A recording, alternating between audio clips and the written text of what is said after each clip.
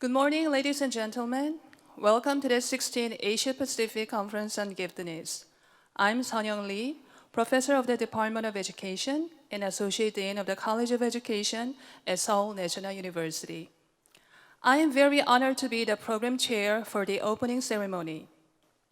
Before we officially begin today's ceremony, please allow me to introduce our very special Chitade. Chitade is Korea's traditional military band that has the proud history of heralding kings, royal procession, or military marches back in the time of Joseon Dynasty. The band is now here to celebrate our gathering today. So please welcome our Chitade.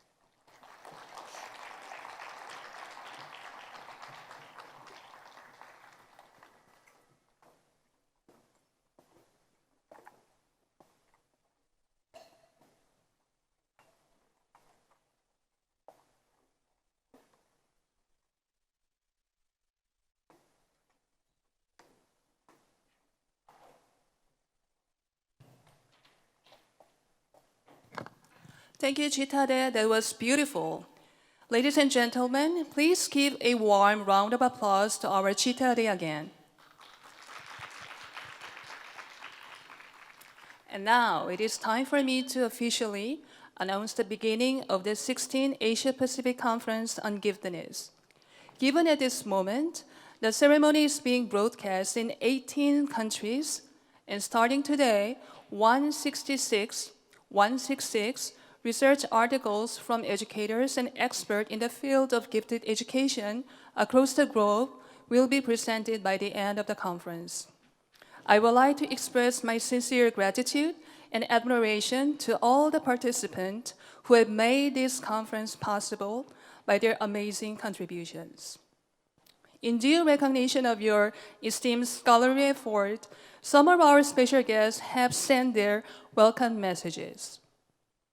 First of all, Director General Tae-un Kim of Foreign Affairs Job Creation and Investment Attraction of Daegu will deliver his congratulatory remarks. Please welcome Director General Kim.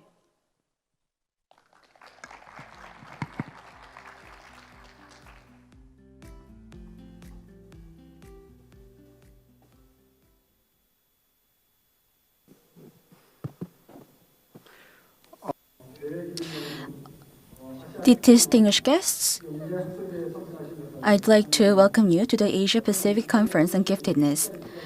I'm Kim Tae-un, Director General of Job and Investment Bureau of Daegu City. First of all, I'd like to express my gratitude to Dr. Jae-ho Lee, President of the Korean Society for the Gifted, and the members of the organizing committee. Also, the MCs, presenters, and the panels, my gratitude extends to you. Despite difficulties due to COVID-19, we still have distinguished guests, President Usani Unsorotong, Asia Pacific Federation of Giftedness, Professor Hyun Tae-kwan of Seoul National University, Professor Cho Seok-ki of St. John's University, and all other participants as well. And in this conference, Beyond Intelligence, Entrepreneurship, Leadership, Ethical Minds is the theme for discussion. Daegu and adjacent Gyeongbuk province is the home to learning and virtue, where noble cause and loyalty was committed in the spirit of scholar Sambi. So the region situates Confucian academies of the Joseon Dynasty era, such as Dodong Academy and Andong City's Byungsan Academy, and five in total. Daegu is also where a global player such as Samsung was born, where Korea's entrepreneurship began. Yeongnam region's spirit of Sambi and Samsung's entrepreneurship are still alive in the city of Daegu. So in the background, fostering leaders with ethical minds who are model citizens is a theme which is appropriate and fitting for such a conference in Daegu. I'd like to say that entrepreneurship, leadership, and ethically enriching talent development will be discussed fruitfully and proposed as well.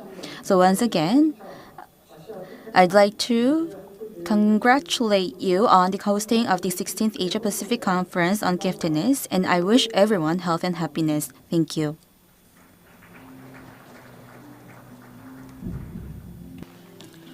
Thank you, Director General Kim, for the warm welcome. Next, Acting President Hyang Suk Cho of the Korean Foundation for the Advancement of Science and Creativity will deliver her congratulatory remarks.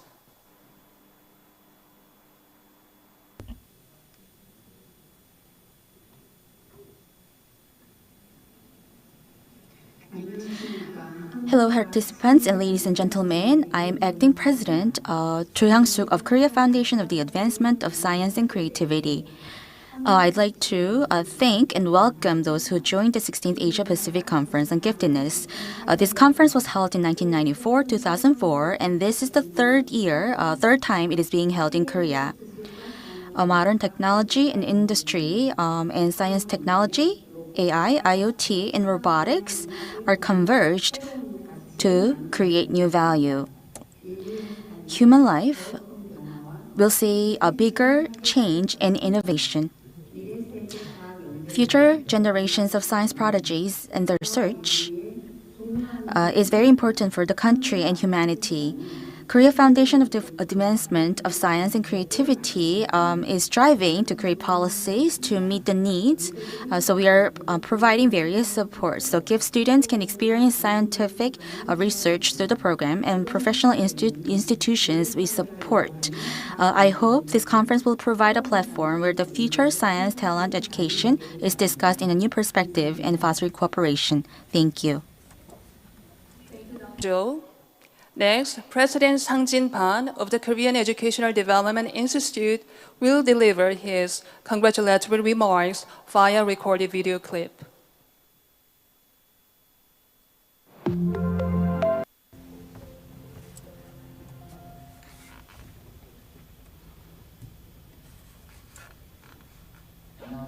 Good morning. I'm Pan Sang-jin, President of the Korean Educational Development Institute.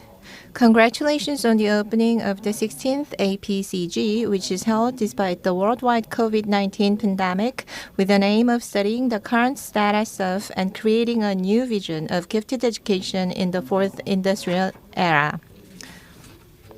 The year 2020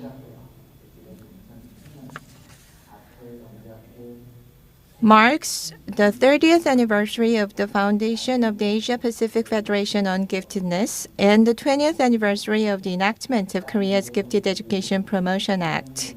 This year is a coming-of-the-age year for Korea's gifted education, and in this regard, it is all the more meaningful to host this conference in Korea to look into the past and future of gifted education. The world views that the engine for Korea's splendid growth lies in the nationwide nurturing of creative talents and is now focusing on Korea's gifted education. Korea is providing very systematic government-led gifted education according to the national law, and this field has dramatically developed with the annual number of students enrolled in gifted education at around 100,000. And the AI era requires talents with entrepreneurship, creative and innovative minds, and challenging spirit who can pioneer new areas and lead advancement in each area. At the same time, the new era calls for leaders with strong ethical mindsets and sense of social responsibility who can devote themselves to the prosperity of society and humankind. Against this backdrop, I believe it is very meaningful to discuss the future of education under the theme Beyond Intelligence, Entrepreneurship, Leadership, and Ethical Minds. I hope that experts and scholars from around the world will pool their valuable ideas and experiences together and develop a new gifted education model and vision for the future. Once again, congratulations on APCG, and I hope it will be a big success. Thank you. Thank you, Dr. Ban. Now, Dr. Usani A., President of the Asia Pacific Federation on Giftedness, will welcome us through her video message.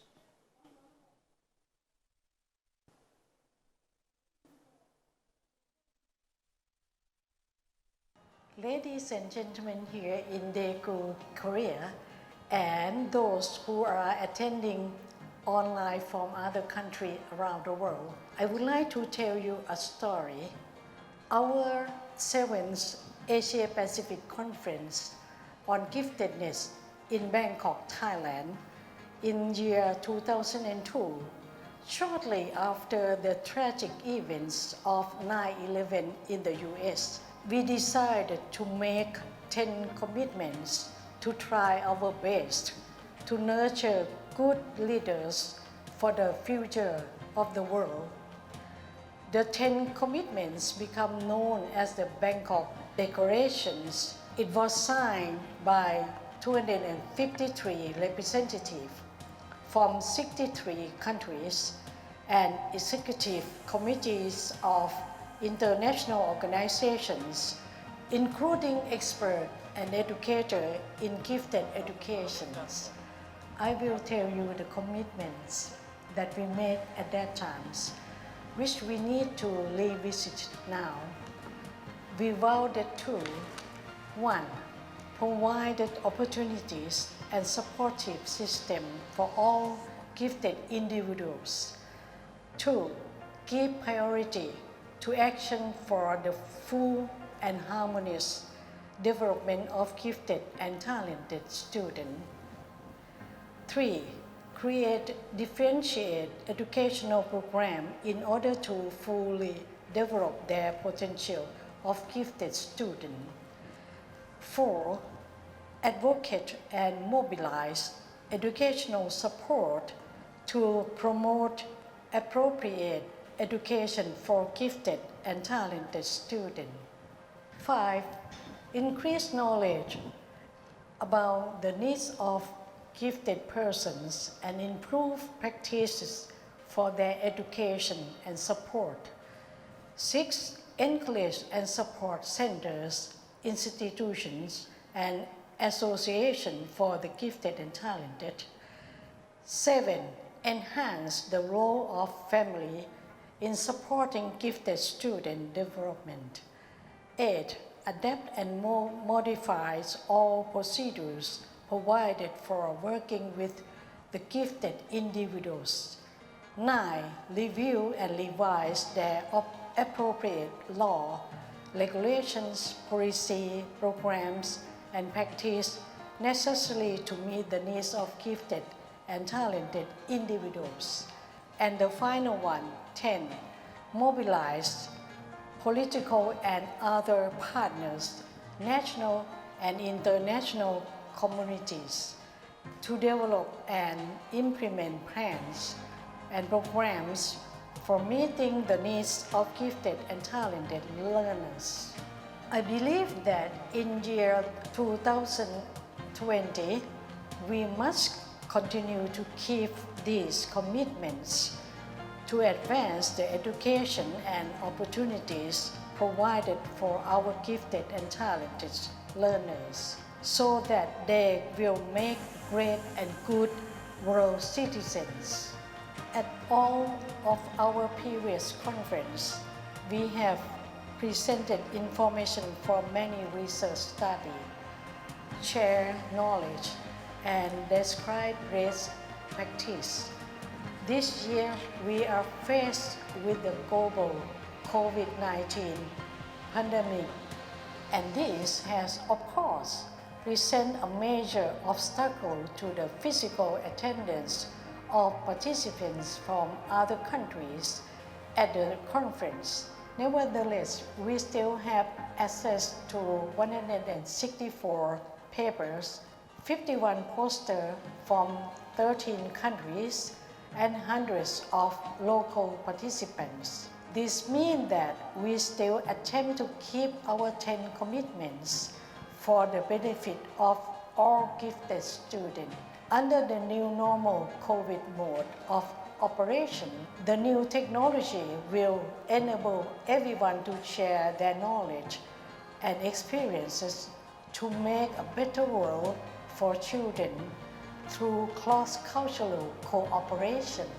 On behalf of the Asia Pacific Federation on Giftedness, I'm very pleased to welcome you all to the 16th Asia Pacific Conference on Giftedness 2020 Beyond Intelligence. Please welcome. Thank you.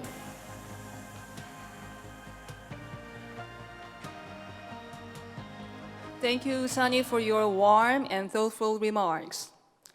Our final witty remarks will be from President Tae-ho Lee of the Korean Society for the Gifted, who also chairs the 16th APCG. Please welcome President Lee.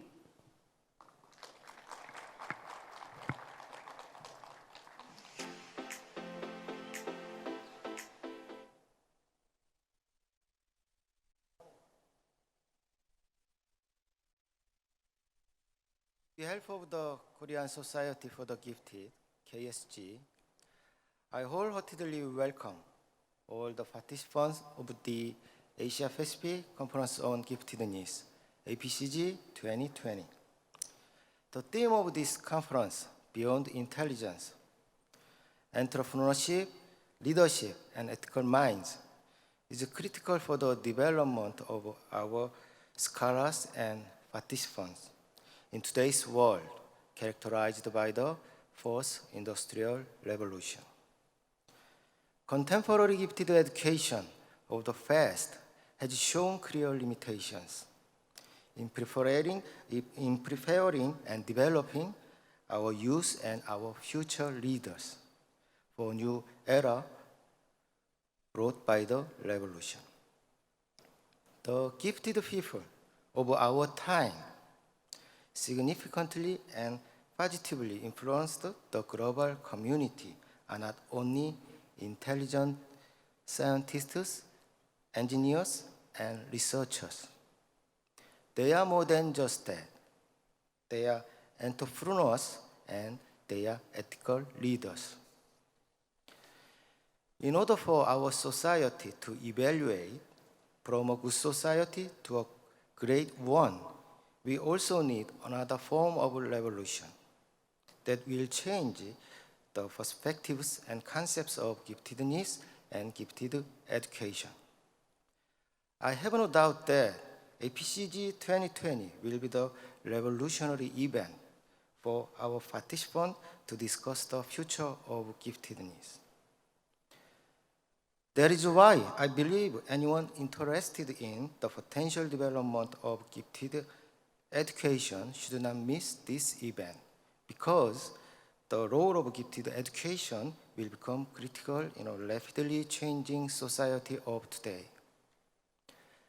Due to the COVID-19 pandemic, the preparation of the APCG 2020 has been a long and tiresome journey. We had no other alternative but to postpone the initially scheduled dates and made the decision to host the event in a hybrid format conference. We find it very unfortunate that we couldn't get all of our members and participants together in Daegu, Korea. Nonetheless, we are thankful that we are given the opportunity to reunite with all of our APFG members, and we sincerely hope that all participants can actively share knowledge, skills, and experience through this conference. APCG 2020 could not have been held without the full support of the Ministry of Science and ICT and the Daegu Metropolitan City. Furthermore, many organizations and companies have shown great support for successful APCG 2020. I would like to take this opportunity to thank all of our treasured partners. And last but not least, today's event has been made possible by the dedication of the members of the APCG 2020 Organizing Committee. Please understand, I cannot introduce all the people who have worked hard. Finally, we ask your active participation throughout the APCG 2020 starting now. Thank you very much.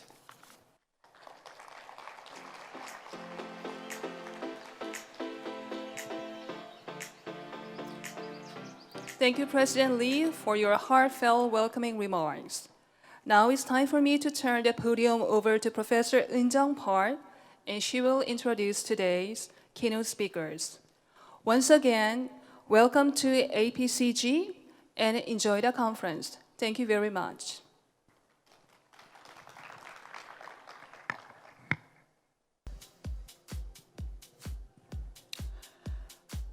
Good morning, everybody, ladies and gentlemen, my honorable colleagues and students.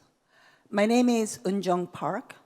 It's my great honor to have an opportunity to have a moderator of keynote speaking, owing to the chair organizing committee, APCG 2020, Professor Jae-ho Lee. I firstly introduce myself to you. It's been more than 2 years to work at University of Science and Technology. after getting the second PhD degree in my life on artificial intelligence, especially on natural language process, as a study of meta-learning of AI based on story generation. It's because I have been researched and taught on storytelling of cultural contents created by human. After getting the first degree, PhD degree on English literature for more than 20 years. Nowadays, I usually teach machine learning and deep learning at UST while I'm philosophically thinking about the reality of intelligence. So I'm really concerned about the difference between the human intelligence versus machine intelligence. My research is for enhancement of machine intelligence in order to interact with human communication. So I'm excited this conference, the main theme of Beyond Intelligence, Entrepreneurship, Leadership, and Ethical Minds.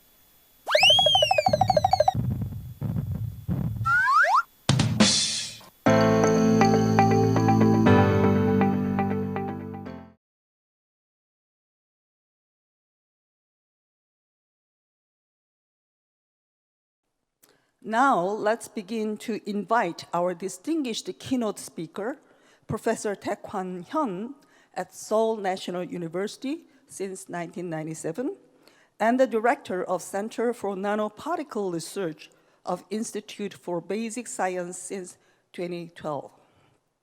He is the most excellent researcher in Korea on the chemical and biological engineering, owing to the Nobel Prize laureate watch list this year.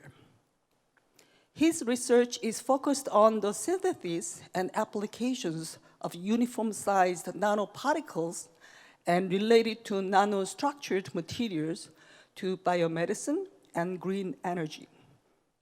He has received 3 representative awards from Korean President Samsung Hoam and POSCO Awards, and also got a IUVSTA Prize in 2016. Since 2010, he has served as an associate editor of Journal of American Chemical Society for 11 years. Welcome, welcome, Professor Taekwon Hyun, with big applause. First of all, I'd like to thank you for accepting to do keynote speak for us today. And can you start your talk on how can we do exciting and excellent research? Good morning. Thank you very much for the kind invitation to attend this conference. Today I'm going to share with you for my last 30 years or so research experience in the nanoscience, nanotechnology. With the title, How Can You Do Exciting, Excellent Research? Actually, Daegu is my hometown, So I gladly accept, giving this keynote speech in this conference. So the life is continuous processes, choice making. So every day, we make choices, right? So in the morning, what are you gonna have for breakfast? And in the afternoon, what should I do in the after the finishing the classes, right? As a student, right? So life is kind of like a continuous process of choice making. When I look back my last 30 years experience as a scientist, this is the moment I made the best decision I ever made, which is right here. 1997, I became assistant professor at Seoul National University. And then I made my mind, what I'm gonna do as a professor in Seoul National University. As I said, life is like that, right? And then this is the best choice I ever made, which is I jump into new research area. Actually, for my PhD at University of Urbana-Champaign, UIUC, I did sonar chemistry using high-intensity ultrasound to synthesize materials, right? But after I became professor of Seoul National University, I completely changed my research area and jumped into at that time, really new emerging research area, which is nanoscience and nanotechnology. I think it's that choice making made me what I'm today. So let me talk about the synthesis of uniform size nanoparticles, which I think is some of you all have seen, a lot of news media in this early, first week of October, the Nobel Prize season. So the nanoscience, nanotechnology, I often say that nanotechnology is enabling technology. What I mean by that is that all the technologies such as like a semiconductor fabrication, display, like IT, information technology, also like batteries, fuel cells, solar cells, like energy technology, and also like cancer treatment and diagnosis, Alzheimer's disease, that kind of medical applications. All of this kind of technology or medicine, it cannot like continuously like get developed, right? There is a big hurdles. So basically, what is nanotechnology? Nanotechnology is enabling technology to solve some key issues. When the technology meets the limitations, big hurdles, nanotechnology can help to overcome that limitation and open new era.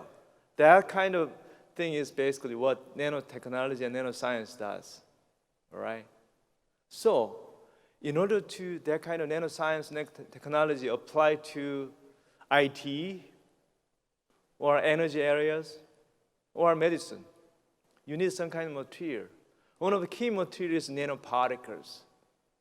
Particle size range from 2 nanometer to 50 nanometer. That's nanoparticles.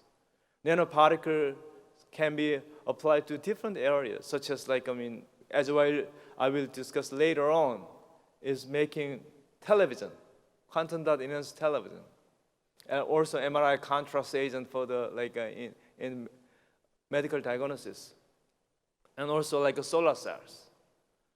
So nanoparticles are very important in nanoscience and nanotechnology area. So let me ask you, especially for the high school students sitting here, I guess the smartest in Daegu, Gyeongbuk area, the smartest boys and girls in Daegu, Gyeongbuk area that I know. Actually, I visited your science high school, Daegu Science High School, a couple of times and gave a lecture. Okay, all right. So you have to answer, which is more beautiful? This one or the other one?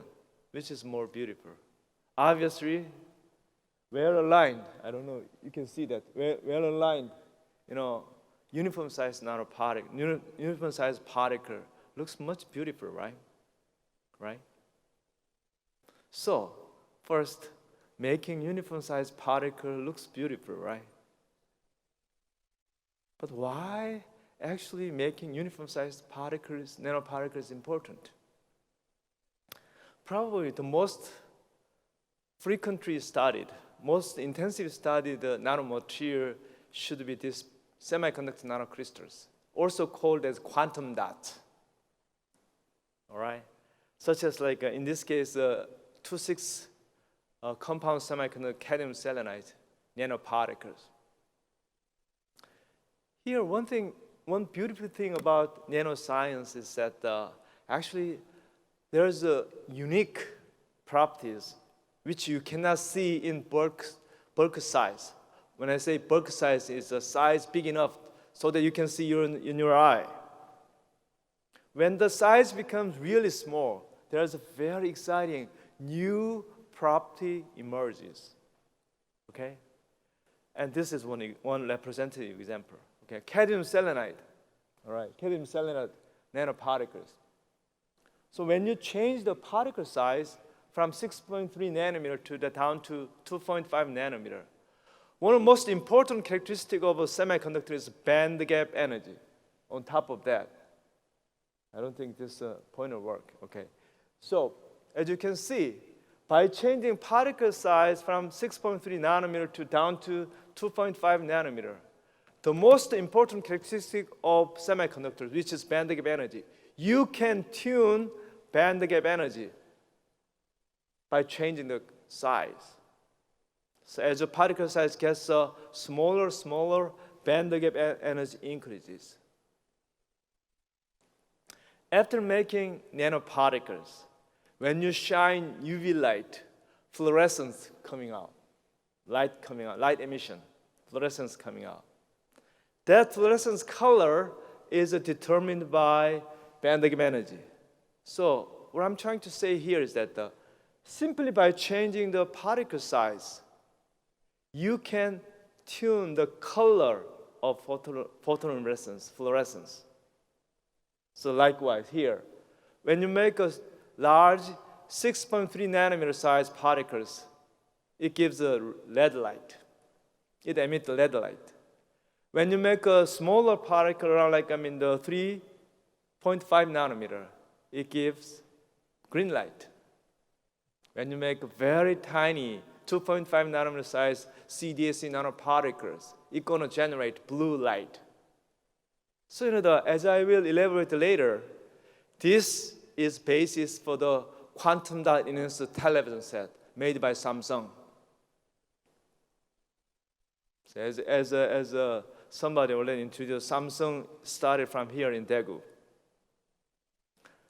Anyway, so when it comes to television set, the most important characteristic should be what? Color sharpness, right? Clear, sharp color, right? So as I said, particle size determined color. So if you want to have clear, sharp, red color, you want to make all 6.3 nanometer size nanoparticle. Instead, when you have a mixture of 5, 6, 7 nanometer size particles, what kind of color are you going to expect? Hazy color, unclear hazy color, right? So, this is very important, which is fluorescence color of this quantum dot, semiconductor nanocrystal, is determined by size. That's why synthesizing, making uniform size nanoparticles is important. Actually, this theory is first reported by Alexander Efros. At that time, he was a Soviet scientist, Russian scientist. And he reported this legendary paper in Soviet Journal of Physics of Semiconductors, 1982. A year later, virtually the same paper, the same work, is reported by Louis Bruce at AT&T Bell Laboratory in 1983. The same thing, which says that the particle size determines nanoparticle property. Size really matters. Size determines the properties. This is reported by Louis Bruce. So, just 1 year difference, right? 1982, 1983, right?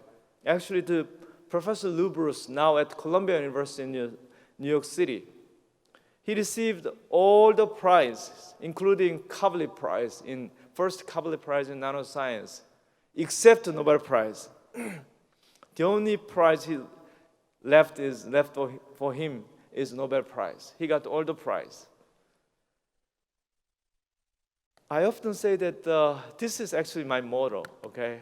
My motto is do your best and God will do the rest. This is my motto. Since my middle school days, this is my motto. So, as I just mentioned, okay, virtually the same papers, but 1982 in Soviet Union, 1983 in United States. I often tell my students, when you have idea, just do it now, do it ASAP, because somebody else, the other side of the globe, might have the same idea, right? You think you are Einstein, you are genius. People in the other side of the earth might have the same idea. That's why you have to work hard. If you have idea, just do it now, because you might not be the only Einstein in the world. Based on this theory, size determined property. First, the synthesis of uniform size is done by Munji Wendy group in MIT, 1983, reporting in JACS, which I'm serving as associate editor for since 2010. And as one thing I want to point out is the first author is Chris Murray. We professors heavily dependent on our graduate students. Munji was really lucky to have his first student as a Chris Murray. Very smart guy. So for the first time, Chris Murray and Munji Wendy show that the uniform size nanoparticle can be produced.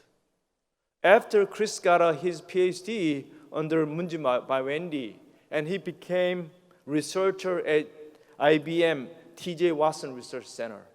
And then he reported another synthesis uniform size IMPT alloy nanoparticle in Science magazine. All right? This is first demonstration of synthesis uniform size nanoparticle. That's why with these two guys, Munji Wendy and Chris Murray, I and these two guys were selected as a citation laureate by Thomson Reuters or Clarivate Analytics, so which is known as a Nobel Prize watch list this year. So there's a lot of news media in Korea covered, I think it's I told them, not today. I just turned on the Not Today by BTS. You guys know BTS? All right. But anyway, so this is really, although I got all the major science and engineering prize in Korea, like including as introduced, I got a Korean President Award in Science and Technology, and also Samsung Home Prize, and also the POSCO TJ Park Prize, all major prizes in Korea. But I think this is more important than all of these big prizes. That's because this is what this citation laureate means that let's say for the last 10 years, from the 2011 to 2020, there's 80 scientists received the Nobel Prize in physics, chemistry, and physiology medicine. Among them, 28 were selected as a citation laureate. About 35% success rate, right? So that's why this is called as a Nobel Prize prediction, or Nobel class, or Nobel Prize watch list. So I'm really honored. One more thing I want to point out here is that, as I mentioned earlier, for the first time, Professor Lou Bruce actually reported that the size determines property, right? 1983. And actually, Munjiba Wendy did a postdoctoral research under Professor Bruce. And as I said earlier, Chris Murray was a first student of Munjiba Wendy in MIT. As I said in the beginning of this lecture, I started nanoscience after I became SNU professor. I started this research area by myself. I was really envious of this kind of legacy. Because the advisor of advisor got some prize, and then his or her student get the prize, and the student of student also get the prize, something like that. That kind of sequence, legacy just continues. I really envious of that. I was really envious of that. But now, what I thought about, I have to start helping young scientists, maybe future young scientists sitting here, to become much better than I am, much better than I. So I already started that project, and I'm very happy to say that a couple of my colleagues, young professors in Sorbonne University, they already became top-notch researcher scientists in their research area. I'm very happy I will show you later who they are later. So when you do research, so basically this is one of the title of my presentation. How can we get excellent new ideas? First, in order to do that, you have to know what have we been done in that specific research area. And the best way is just read the top journal review article and catch what have been done in the research area. And then, this is the most important part. You have to find out what is the limitation, what is the unsolved problem, what is the big issue in this research area. And then, doing science, doing research is what? How can you overcome that kind of limitation? How can you solve that kind of big problem? That is doing research. So, when you look at the Munjiba Wendy's 1993 JAX paper to make uniform size nanoparticle, this is the way they made it.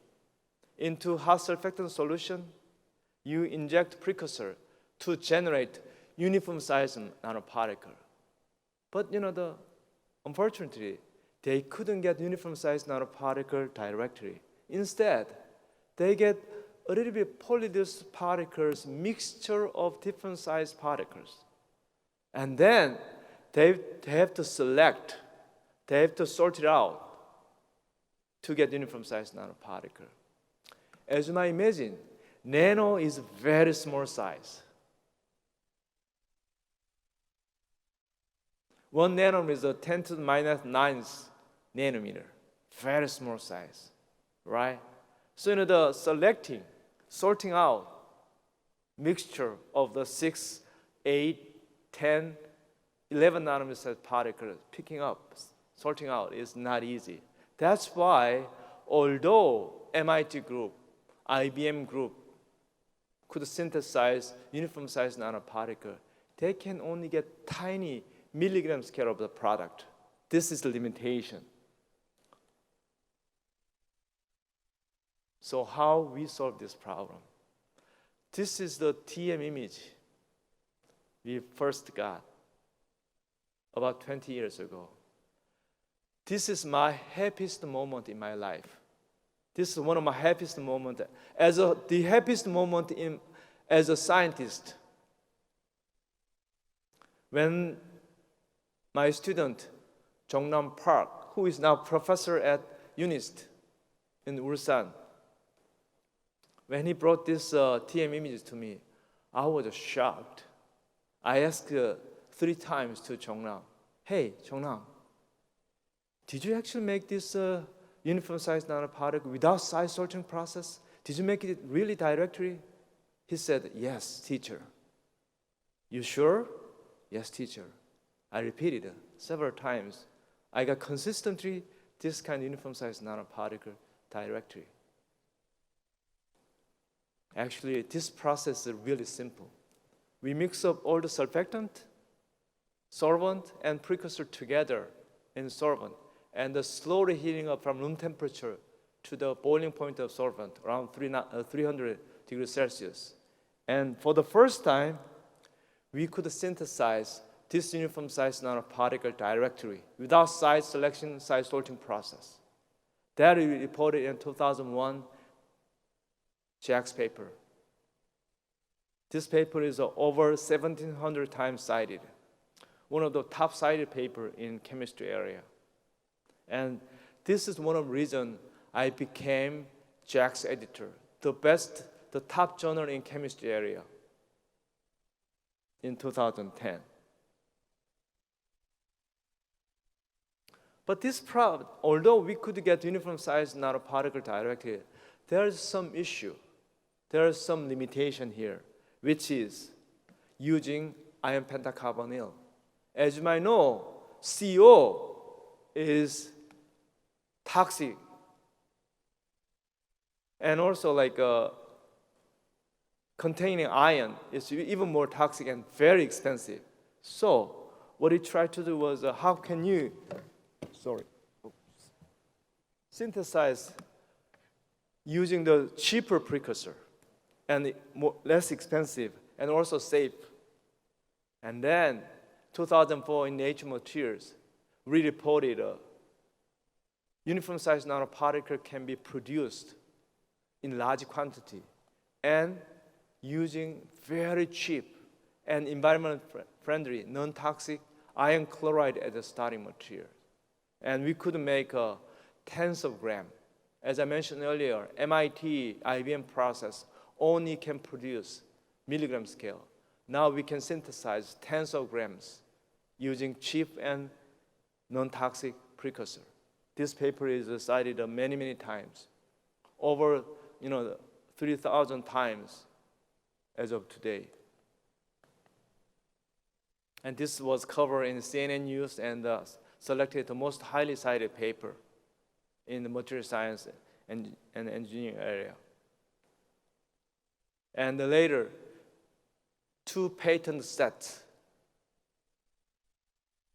related to these 2 papers were tech transferred to Korean chemical company Hanwha Chemicals. And now, as you can see, we can produce this uniform size nanoparticle in kilogram scale. And now our technology for thin synthesis uniform size nanoparticle were used by many, many scientists and also in industry. I will show you one example. So one of the most representative example of a nanoscience product, nanoscience technology product is right here, which is a quantum dot enhanced television. And actually, this is, I got an image from Dr. Unju Jang at the Samsung Electronics.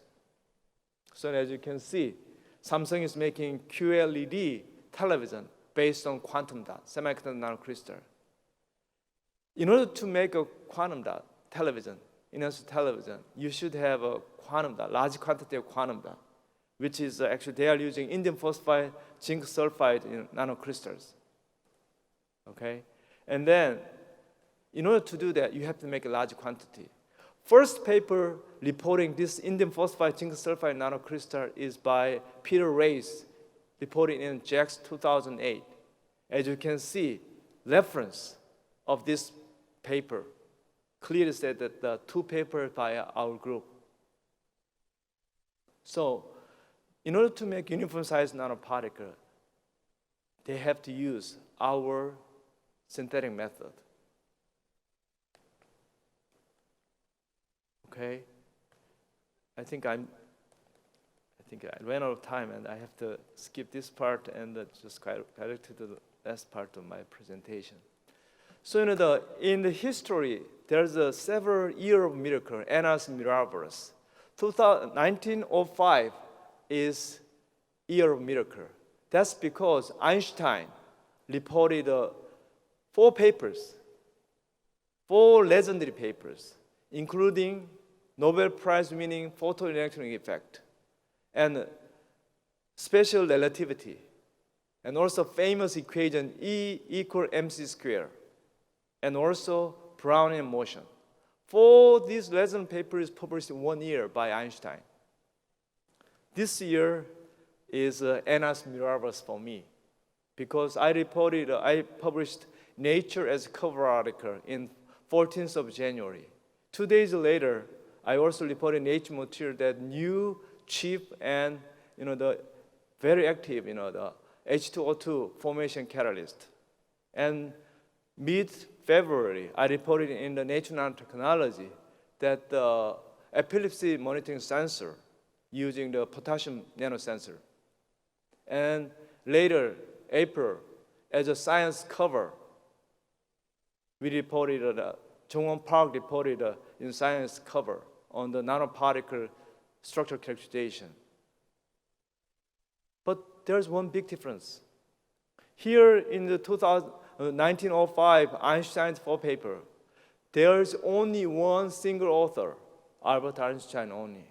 But all of this, our Nature Materials, Science, Nature Nanotechnology papers, average number of authors is 15. What I'm trying to say is this. Early 1900, like a genius like Einstein, Curie, Schrödinger, all of these geniuses solved the big problems, right? And they got the Nobel Prize. In 21st century, not anymore. In science engineering, problems, issues are so complicated. They cannot be solved by a single genius. That's why we have to work together. Collaboration is not optional. This is mandatory. That's why collaboration, and as a result, I emphasize the importance of human relationship, working together.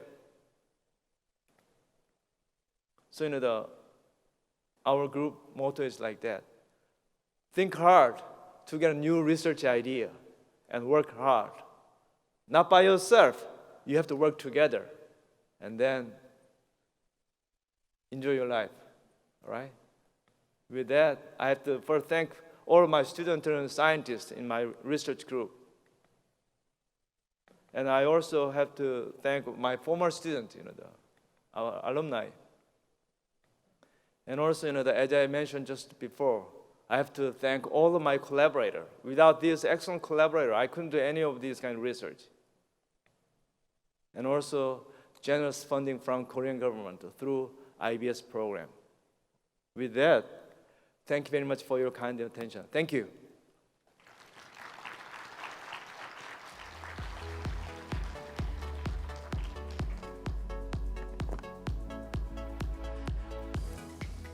Thank you, Professor Taek-Hwan Hyun. Now it is time to have some questions from the floor and YouTube. Today we have some Daegu Science High School students of giftedness over there. Is there any questions? Okay, I have one question from the YouTube. I'm going to read it. Many media said you are one of the most promising Nobel Prize candidate. When you hear that, what kind of feeling did you have? I can't imagine that at all. Could you tell me about that? Yeah, thank you very much for asking that. And as I said during my lecture, I don't think I'm going to get it this year. Maybe many years later, although I get the prize many years later, I don't think it get not that much surprise. As I said earlier, the thing is that as a selected citation laureate means that I became kind of like a Nobel class. That's why I was very much honored. But I said not today, not this year. That's because as I said during my presentation, two pioneers, Dr. Alexander Efros, now he is at the Naval Research Laboratory in the United States, and also Louis Bruce, back then in the AT&T Bell Laboratory. Now he is at Columbia University. These two people, these two scientists, excellent scientists, are pioneers. First, showing that the size determines properties. That first. So I guess they have to get the prize first. And then me and Munji might have a chance to get it. You know what I mean? That's kind of like, but anyway, I'm very much honored, to be selected as a citation laureate, because that means I kind of now belong to Nobel class or Nobel Prize watch list. So I'm very much honored. Thank you. Okay, thank you. I'm really honored to have learned a lot from your words. Size determines property, and collaboration with a lot of people, and work together and think hard. Thank you very much.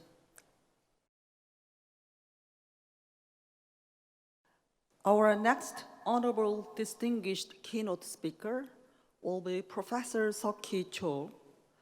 Dr. Seok-Hee Cho is a professor at School of Education, director of the Center for Creativity and Gifted Education, St. John's University, New York. As long as you Koreans are in the specialty of gifted education, all of you know her because she has been worked for the basis of Korean gifted education as a godmother, because she is a lady. She's been the Director General of National Research Center for Gifted Education from 1986 till 2005. And Professor Seok-Hee Cho has been the President of Asia Pacific Federation of World Council for Gifted Children in 2004 till 2006. She got the tenureship of professor with only 3.5 years at St. John's University in 2011, because usually it takes 5 years as a normal process. She also serves the review board member of the Gifted Child Quarterly, Gifted Education International, and the Journal of Gifted Talented Education. Now, we are going to have her talk on developmental giftedness, a lens for identifying and nurturing underrepresented gifted children. During her talk, all of YouTube listeners can upload questions, and I will select some of them to ask to Professor Cho. Thank you.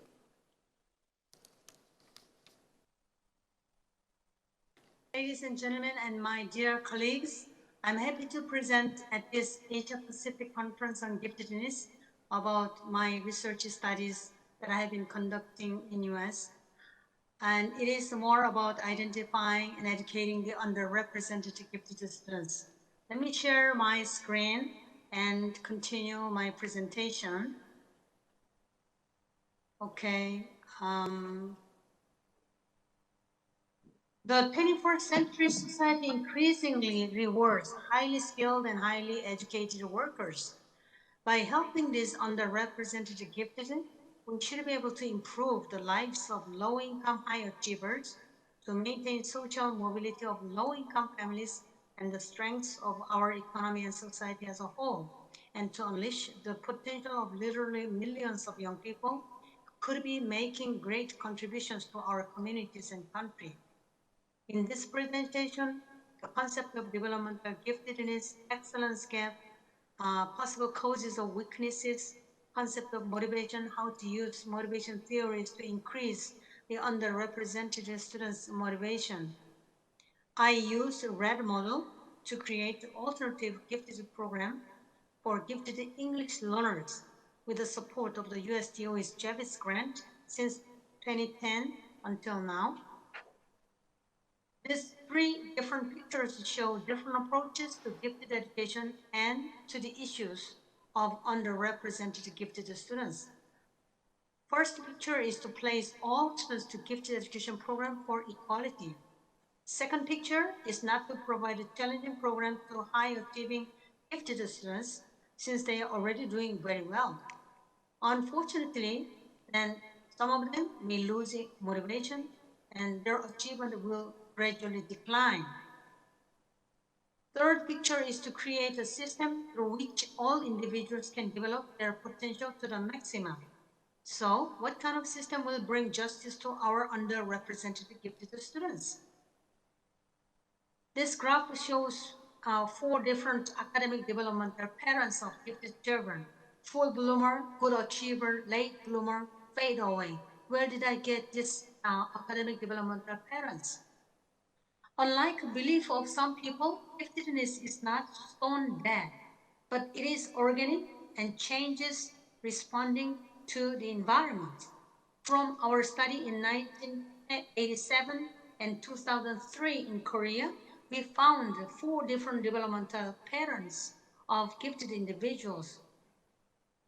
We met 144 profoundly gifted children whose IQ scores were 140 and above, and they were 3 to 5 years old at the time.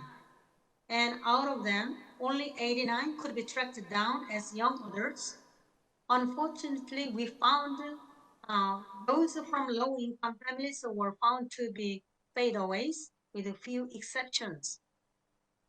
The fadeaways and late bloomers lost motivation for learning early in the elementary school because they started developing bad study habits due to lack of challenges. Parents trusted and relied on the school teachers, but the teachers did not differentiate their instruction for these children. These individuals recalled writing repeatedly the same thing 10 times that they have already mastered 3 years ago. Among fadeaways, there were some extreme cases. There are 1 elementary school graduate and 1 high school graduate. Most of them attended colleges, but the level of colleges were not really high. Out of 89, there were only few late bloomers. Their parents were professionals. They were busy with their own work. Their home environment was rich, but there was not enough interaction with parents, no guidance on, and no discipline. But only in the middle school, they suddenly realized that their GPAs are much lower compared to their peers and started to change. In this graph, red arrows show excellence gap, which is the achievement gap among gifted or high achieving students. You should have noticed that excellence gap grows wider as grow up. And if we start thinking about identifying the underrepresented gifted at the age of 15, 10, it'll be very difficult to find out. This graph shows excellence gaps have been widening during the last 10 years in US. In 1996, there was only 3-point gap between the low income and the rest of the students in grade 4. In 2017, it became much wider with 11-point gap. During the last 2 decades, excellence gaps have widened by 50% in grade 4 reading and 100% for grade 8 reading. The growth of excellence gap in grade 4 math was 267%, whereas it was 333% for grade 8 math. US government and educators are working hard to reduce this excellence gap. One of them is to reduce is Chavez Grant, which focuses on providing educational services for underrepresented gifted students. Then why not all gifted children become eminent? There are many necessary conditions and sufficient conditions for talent development. If there is any one factor missing, the individuals will not develop their talent to the full extent. This can be explained by several developmental models of giftedness. This differential growth theory tells that all children grow at different rates. Especially children with high potential grow up and become very different. You can see the outcome range is very wide for high potential students compared to the narrow outcome range for low potential students. As children grow older, the possible range of the excellence gap among the gifted widens and widens. Then what are the contributing factors for their differential growth? Ranzuli presented a three-ring conception of giftedness. He claims that we need to provide children of above average ability with enrichment program based on their interest to develop their task commitment and creativity so that they can become creatively productive individuals. So based on this theory, whether they have an opportunity to be provided with enrichment program and whether their enrichment program was aligned with their interest, that's a big factor. Francois Gagné presented a differential model of giftedness and talent, where he claims that children's giftedness transforms into talent depending on the environmental and intrapersonal catalyst. And these two kind of catalyst will determine their developmental processes by influencing the activities that they can participate and the progress and investment in time, money, and energy. So this catalyst and possibility of going through these developmental processes, the extent of talent development can be decided. Subotnick and her colleagues claim that any individual needs rich opportunities and high motivation for them to become eminent. Group 1 refers to those who have a number of personal and environmental advantages, such as knowledgeable and supportive families, mentors, and access to outside of school talent development programs.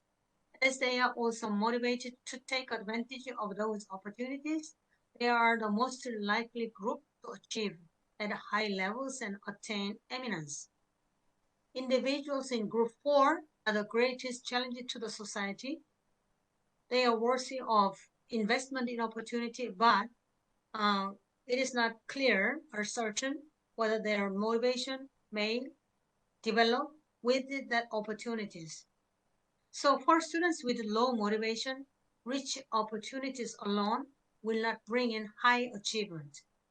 Even when students have high motivation, if their opportunities are not provided appropriately and timely, their motivation will fade away too. So motivation and opportunities cannot be discussed independently from each other. To understand this interactive and interlocking relationship, we will review the concept of motivation. Motivation is defined as the process whereby goal-directed activity is initiated and sustained. So motivation can influence the start of the goal-directed activity, and also it will decide how long it can be sustained. Motivation is a central factor of achievement because it determines individuals' capitalization of the opportunities for talent development. It regulates the choice of certain goals, studying work toward a goal, and perseverance in that work. Motivation is sometimes taken as a trait of giftedness, as in Ranjani's task commitment in his thrilling conception of giftedness. Motivation is also studied as an outcome of educational programs for the underrepresented gifted with low or undetermined motivation. Goal of the educational program can and should be to increase students' achievement motivation for specific tasks. So educational opportunities should be provided to enhance motivation, and motivation will allow individual to engage in activities provided by the opportunities. Contemporary motivation theories are numerous. Motivation itself is a very umbrella term which includes interest, passion, task commitment, perseverance, self-efficacy, self-concept, intrinsic motivation, extrinsic motivation, performance and mastery goal orientation, and a mindset. And most of the motivation concepts are studied how they are related with achievement. Of course, high motivation is found to be more positively related with high achievement. And the classic expectancy value theory informs us, the educators, on when and how individuals are motivated.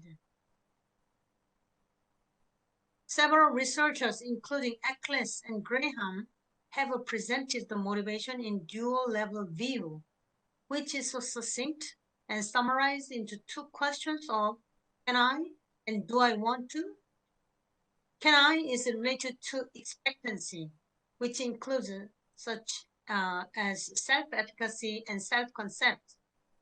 Do I want to do it is related to the sources of value, which includes interest in tasks, importance or usefulness, such as extrinsic motivation, performance goal, mastery goal, or trade-off or cost of doing the task. Studies have found different consequences for different sources of the motivation. If individual answers yes for the two questions, then it is highly likely that they will take opportunities and commit themselves into tasks. So it seems clear that we need to provide some tasks which they are feeling to say yes to the questions, can I or do I want to? To increase opportunities for underrepresented gifted students, there are several suggestions made by the scholars in terms of identification method, criteria, or processes. One of the very popular strategy or the latest strategy suggested is universal screening. Universal screening is to test all children, not only those children are nominated by the teachers. It is to avoid the influence of some teachers' deficit thinking. Some other strategies include integrating culturally relevant indicators of ability into identification protocols. For example, we can include oral expressiveness for verbal ability into identification protocol. Some suggest to use performance-based assessment rather than paper pencil test, only asking yes or no. Some suggest to use non-verbal ability tests because the underrepresented students are mostly weak in verbal ability. Ranzoli's multi-pathways for identifying more underrepresented students are also popular. However, this suggested ideas to expand the number of underrepresented students in the existing gifted program still has some issues. In our current gifted education system, we identify underrepresented first by changing identification criteria, method, or norms, then place them into the existing gifted education program, where high-achieving gifted education students are accommodated. And then we expect them to succeed there without valid ground or evidence. It is necessary to question whether this is the best practice. Will the admitted underrepresented students will maintain their motivation for over-challenging program for the mainstream gifted students without necessary support? Or will they lose confidence and decline with low motivation? We need to seriously think about between the expanded number and success of underrepresented gifted students. Which one is more important?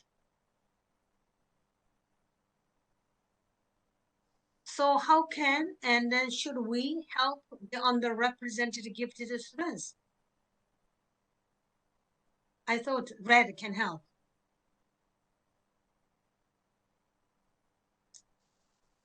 There can be myriads of factors that contribute to the excellence gap of the underrepresented gifted students.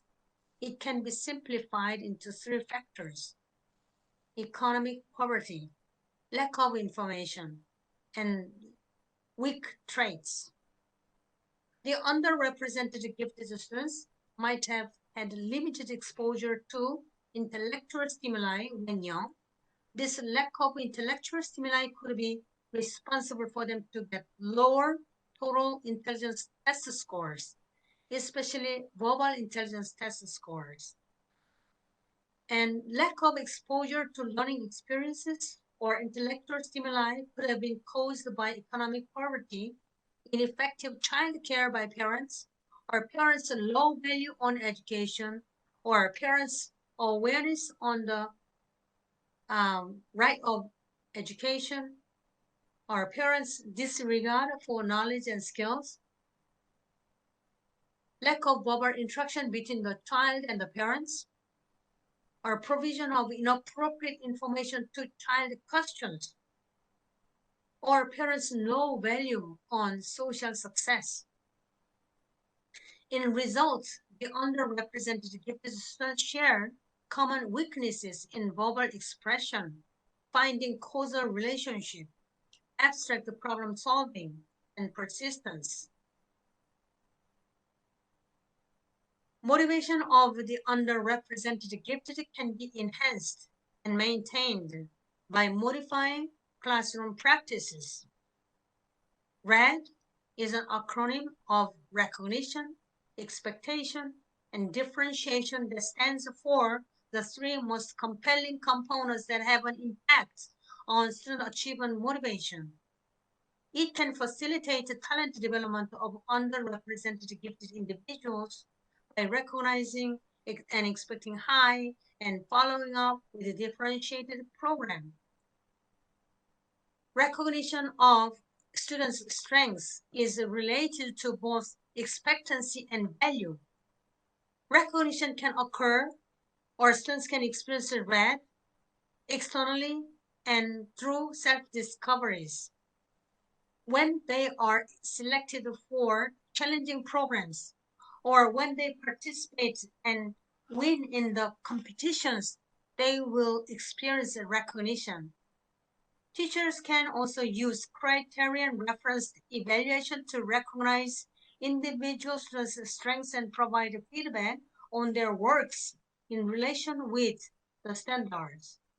The information from the criterion reference evaluation will be also very informative for differentiation of curriculum and instruction, because teachers will be informed about what the students need to master and what they are already advanced in.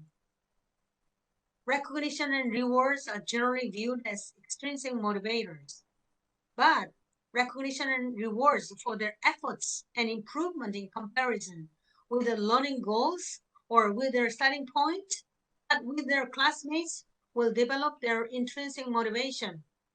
We can also help students recognize their own strengths by providing choices for them to choose to work on. When they realize they could persevere more than before, they will feel very rewarded. Recognition of their strengths is not enough. There should be the next step to follow. We should deliver high expectations to our underrepresented gifted students so that they can achieve higher and feel more confident gradually.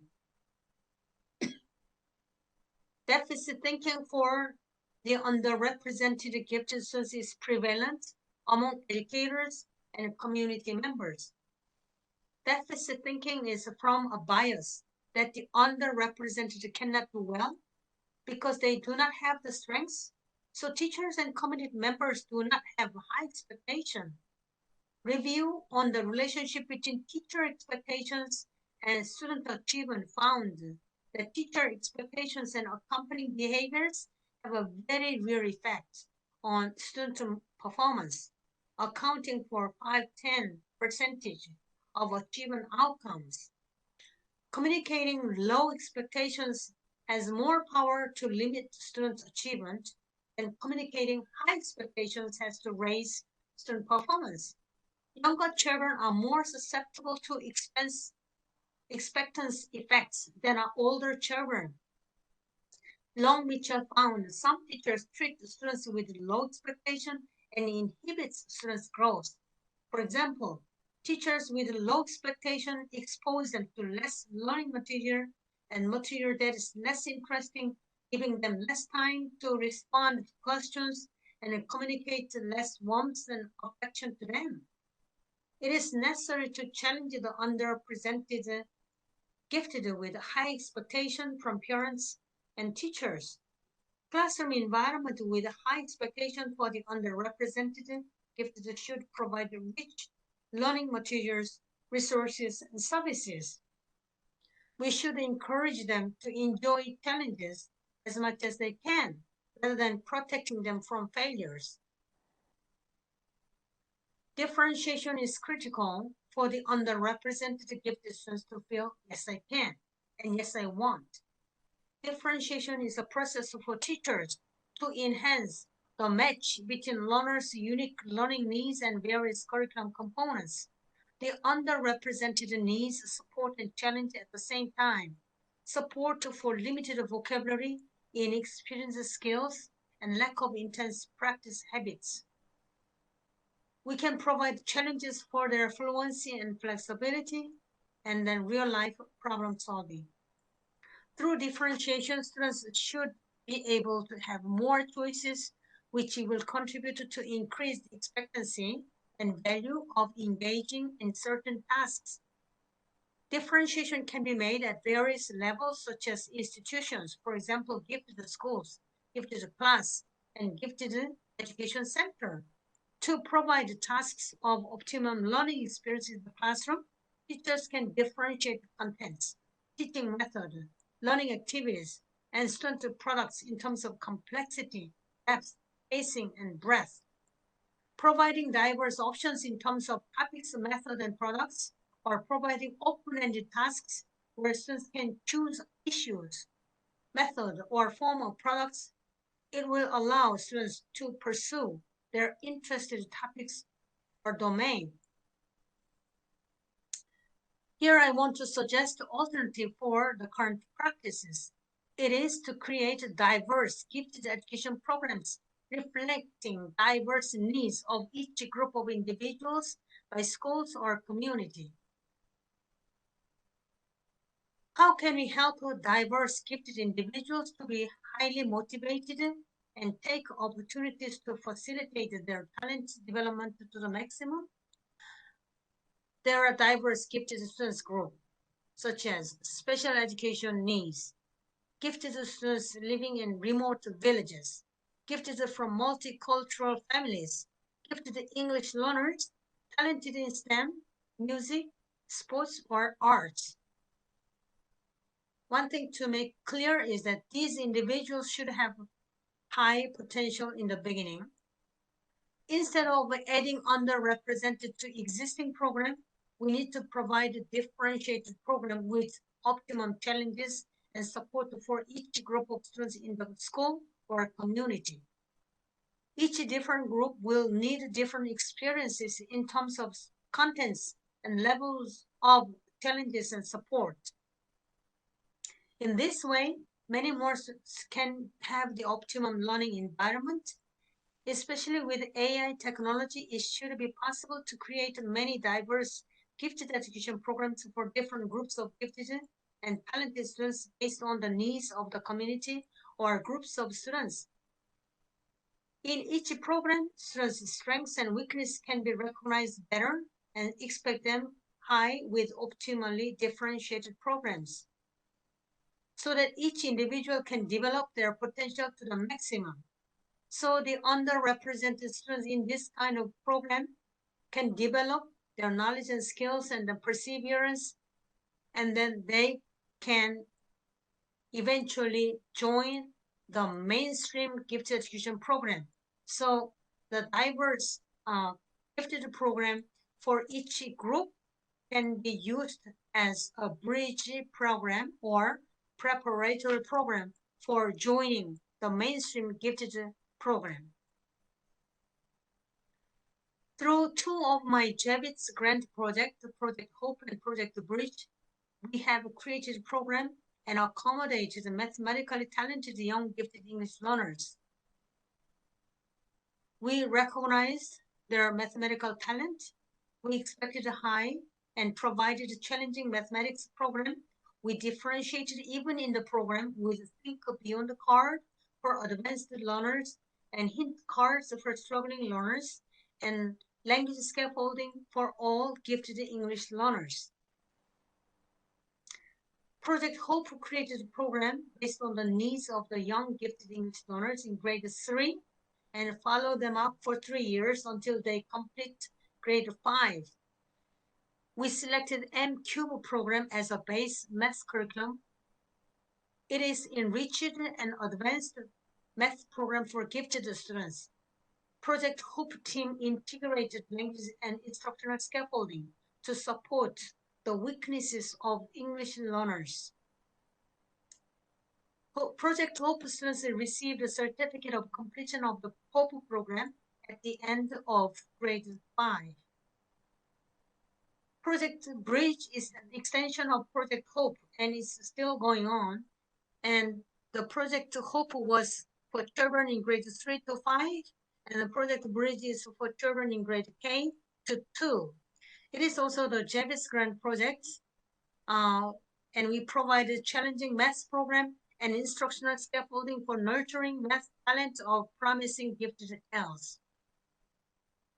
Project Bridge team includes professors, coordinators, teachers, observers, mentors, and graduate students.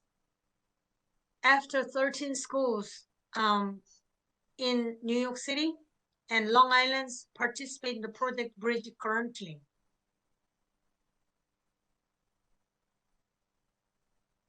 So the base math curriculum selected for Project Hope and Project Bridge are M-Cube and M-Square.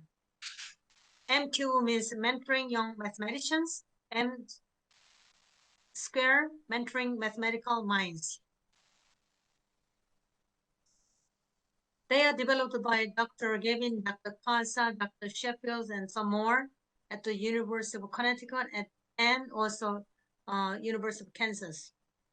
It integrates language art into mathematics learning and teaching. Talk moves, general writing on critical and creative thinking processes, and stories were emphasized. What does that look like in math? Students do use language in math class for discussion, journal writing, and verbal reasoning. Teachers use talk modes to facilitate mathematical discussion in which all students participate in the exchange of multiple perspectives. So this talk moves is to create a discussion for and among the students rather than from teacher to the students in one way. There are 5 different strategies, and they are revoicing, repeating, reasoning, adding on, and waiting. Revoicing is when the teachers repeat what students said. This is used when what the student said is important and unclear. So you are saying something, so and so. Repeating is asking one student to repeat what another student said. Can you repeat what Jenny just said in your own words? Reasoning is asking students to explain why they agree or disagree with another student's response. Adding on is to get the students to think more and add to another student's response. Would you add something more to this? Waiting is used to ensure that students have enough time to think about their response and gather their thoughts before sharing. So we can say, take your time, we will wait. As you can imagine, talk moves originally designed to encourage students to discuss actively among students and with the teachers. If you look into the talk moves more closely, you can realize that students are experiencing red. For example, in the case of repeating, when the teacher asked Tom to repeat what Jenny said, teacher has recognized what Tom said is meaningful and important and need to highlight, and it is necessary for other students also to think about the same thing as well. In the case of waiting, take time, we can wait. Teacher delivers high expectation to the students that they can come up with better ideas. During each talk move, teacher differentiates her response appropriately to each individual student's response. This red occurs immediately after a student's response. To the base math curriculum, M square, M2, the project team integrated language scaffolding. Some examples are shown here. For example, because of the limited verbal ability, we provide sentence frames for students. Original program was asking students to write a full sentence, and we provide the sentence frame so that they can fill in the right response, so that students can feel more confident and rewarded by getting the right answer immediately. And sometimes we provide word bank as well. If the original program was giving one blank sentence, then we provide the sentence frame and the word bank so the students can choose appropriate word to the blanks. We also noticed that the underrepresented students have not developed intense work habits, and also they have a very limited learning or study time at home. So to add more learning time at home, homeworks were developed and provided for pre-exposure to vocabularies or activities to learn next time. Why pre-exposure? Several studies on the review or preview and their effects on their achievement. We were concluding that preview is more effective for learning new concepts or new vocabularies. So it is to facilitate their learning of reading and writing before the class. After we all prepare the program and activities, we started identifying and invited the students who can get the most benefit from our program. So we have not used the test, rather observation checklist was used for nomination of students by the classroom teachers based on their observation during the classes. And top 25% of all the English learners who demonstrate relatively higher potential in mathematics in grade K or grade 3 were invited.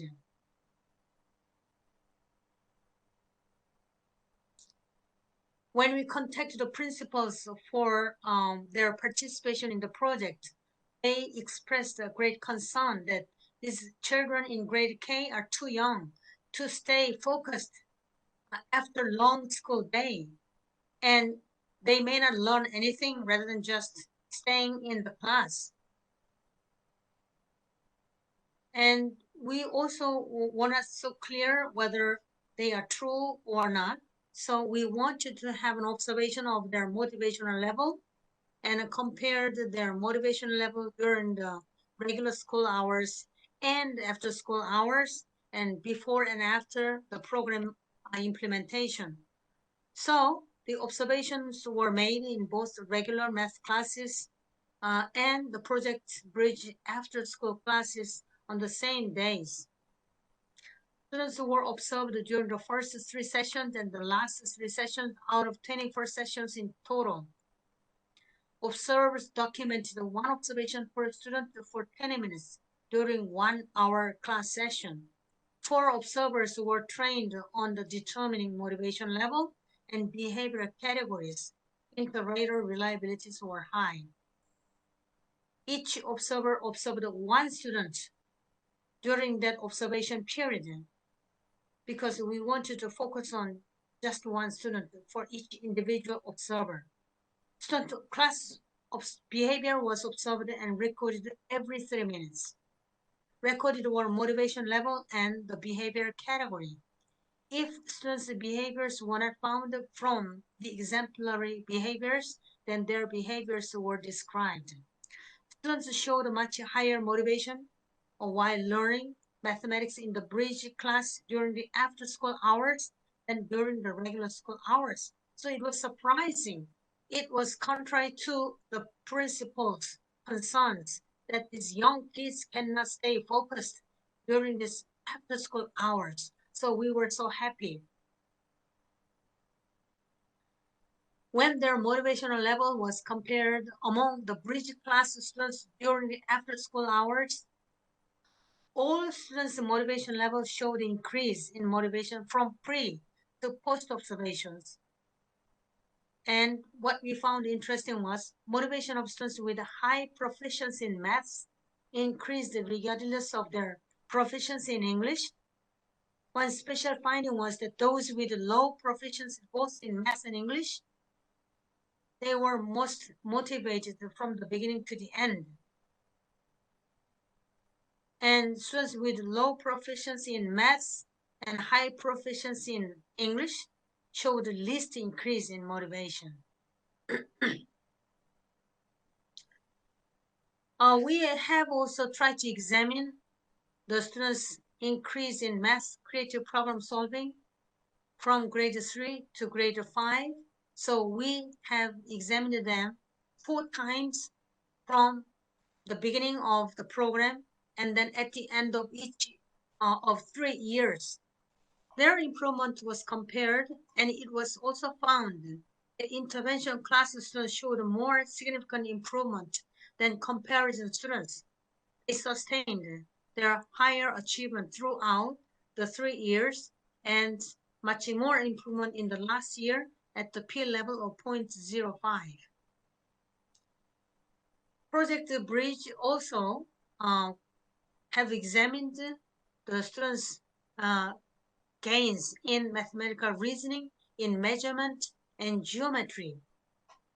After implementation of the program for 1 year for students in grade K, students' mathematical reasoning was compared between intervention and comparison groups in their gains between pre and post-test. And it was found that the intervention students showed significantly more improvement than comparison group in mathematical reasoning at the p-value of 0.05.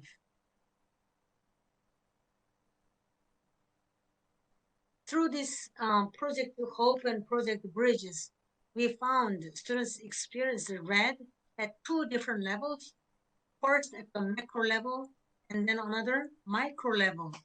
The RED experience at the macro level is through participating in the program.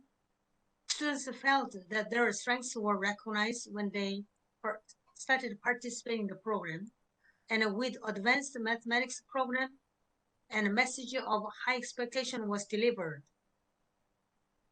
Various differentiation was provided in terms of challenges, support, and scaffolding.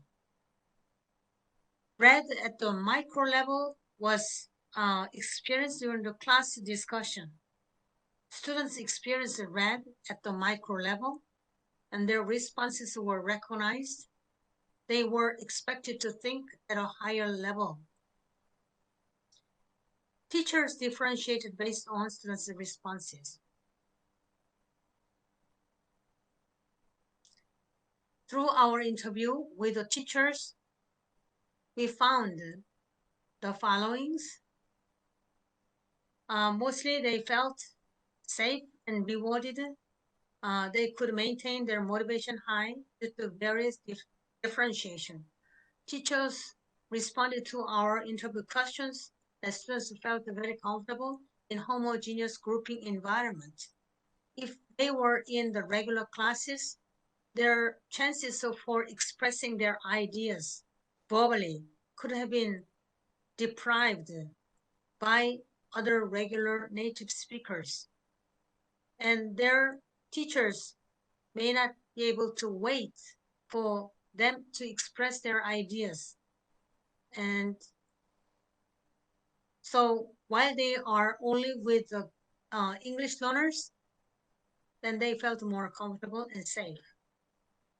Teachers responded that they cannot believe that the kids are the same kids that they met in the first class. Because when they met these children in the beginning, they didn't say too much, maybe one or two vocabularies. But now they talk a lot. And my observation was that students started with a few vocabularies in the beginning of the summer program during this COVID pandemic online. And then after 15 sessions, there were students who were speaking their ideas in full sentences and sometimes 3 sentences in a row. And then teachers were also very impressed, and then they were surprised to find the children can improve their expression verbally within that short period of time. And teachers also mentioned that their strong content knowledge is a key for creating a safe environment. I had a parents interview, and they were saying that their children want to come to the class even after the regular school hours. They got to know more about their children's strengths, and they want to support their children as much as they can. And the children responded to my interview question about whether they really enjoyed the program. They said, yes, it was fun. And I asked why? Because of stories and games. This is a red fractal. If our underrepresented gifted students can experience red at various levels, at the community, at the school, at the class, and during the discussions, I believe all our underrepresented students will maintain high motivation for learning and achievement and develop their talent to the maximum. Thank you so much for your time and interest for this presentation. Thank you.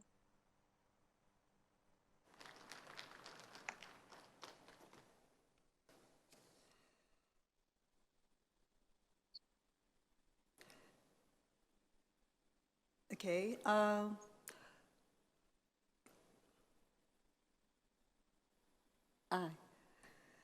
Good morning, Professor Seok-hee-jo. Good evening in the U.S. time zone. We can learn from your lectures, a great lecture, because you emphasize about the concept of RED, R-E-D, recognition, expectation, and differentiation.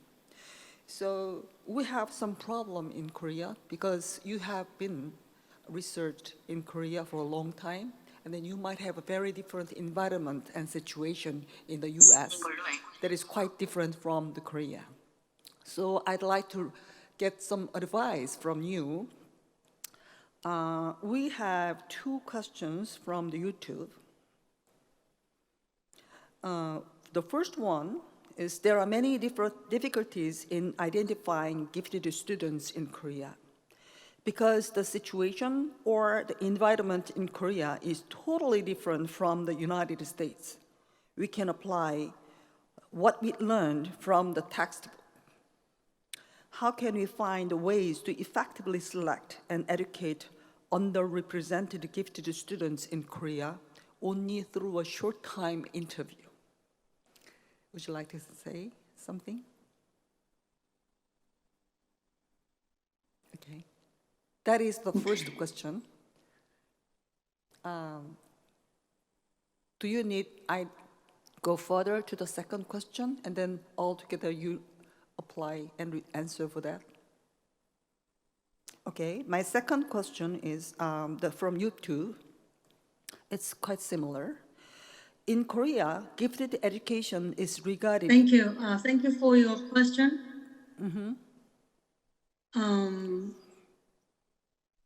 I just want to share the slide that I showed you already, and how to identify the underrepresented can be very simple. First, I think you have to choose the group who are underrepresented in the mainstream gifted education.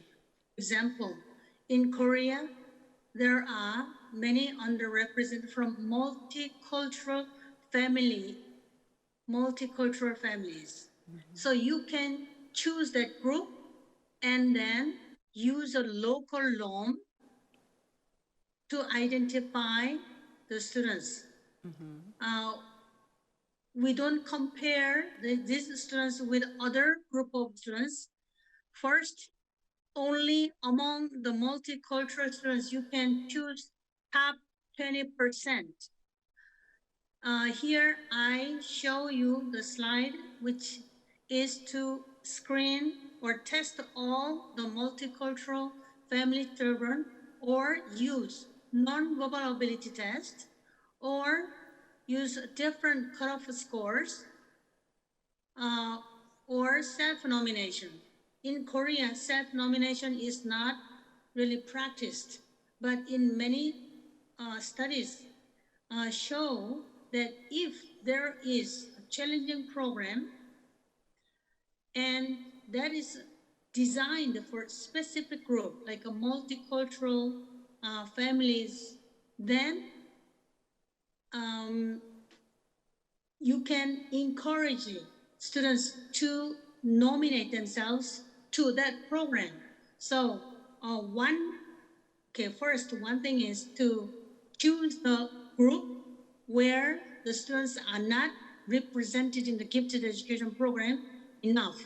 So there can be many different groups. For example, low SES families, multicultural families, or special education children.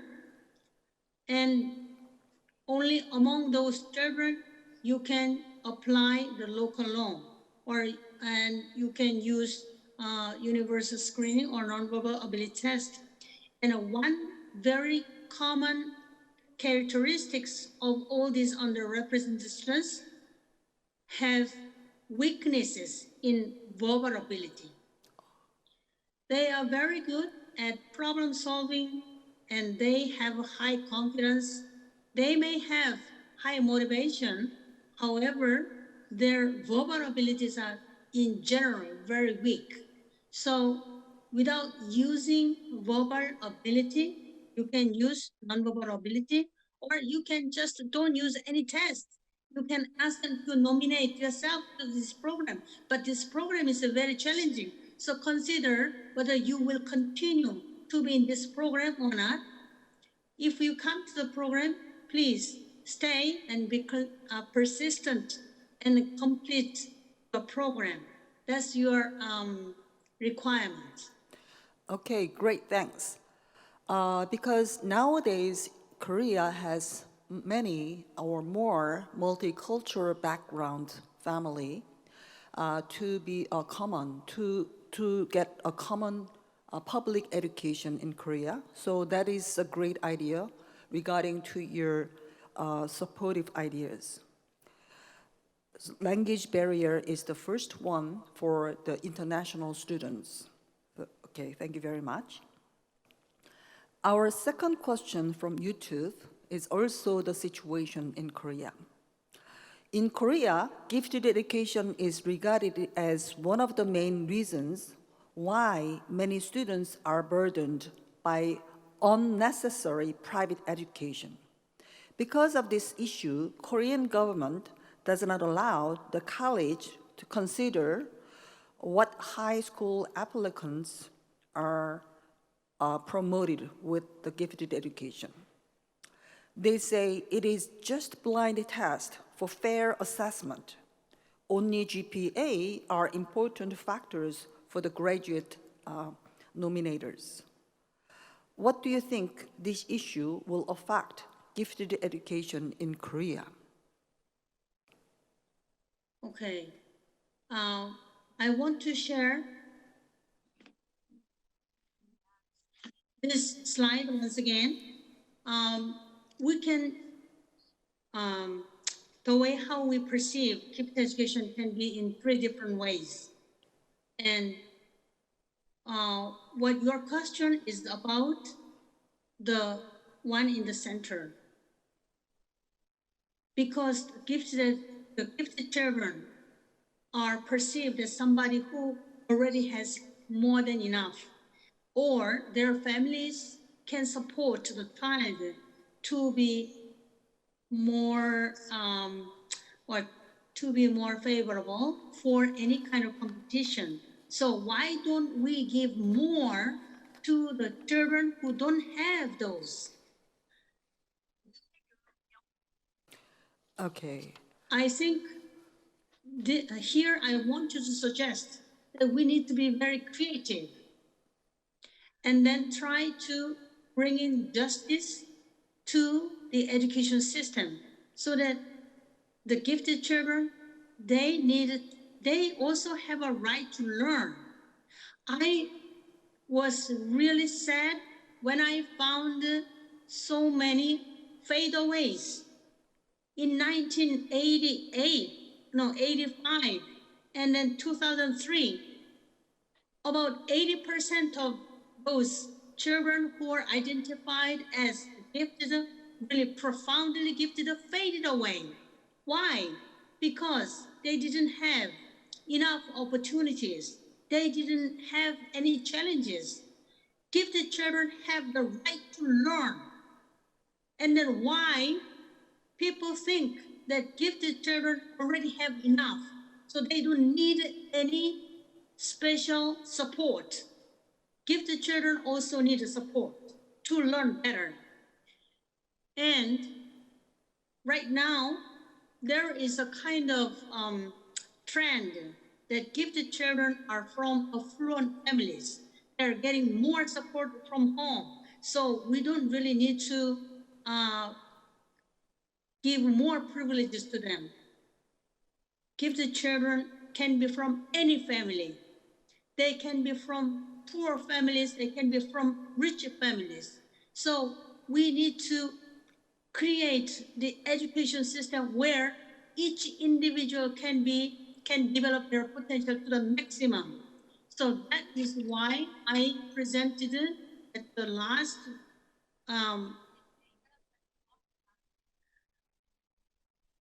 okay, so this is what I want you to present as a kind of a new system where each school, each community will decide what kind of gifted education program they want to provide and which group needs to get more support. And then create a program and then find the children who will get the most benefit from each program. One of the programs that we can think about is extracurricular activities in the school. And here in the United States, we call cluster enrichment. In the school, we can have many different cluster groups, which is to develop talent in many different areas. It doesn't have to be only math and science. It doesn't have to be only in English. The extracurricular activities can be one way for any individuals can develop their best talents. Okay. There, we don't have to test them. They can choose where they want to continue their study and then continue to develop their talent. We tried in Korea, we tried this in 1980s, and it was very successful.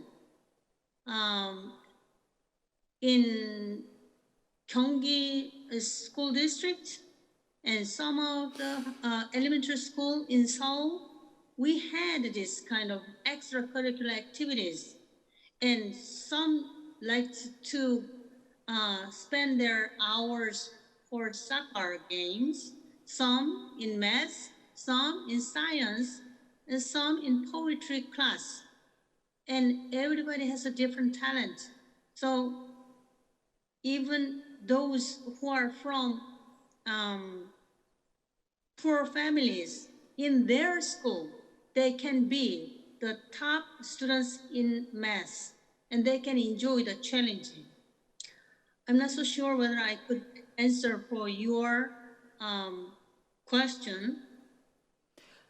Yes. Even though there is, I know that there is a trend that the gifted education should not be recognized and gifted children should not be recognized.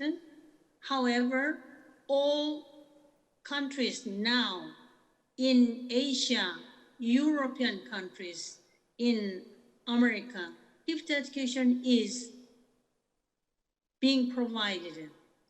Even in social countries, socialist countries, they have gifted education. Why? First is to respect their right to learn. Second, gifted education is very critical for competition.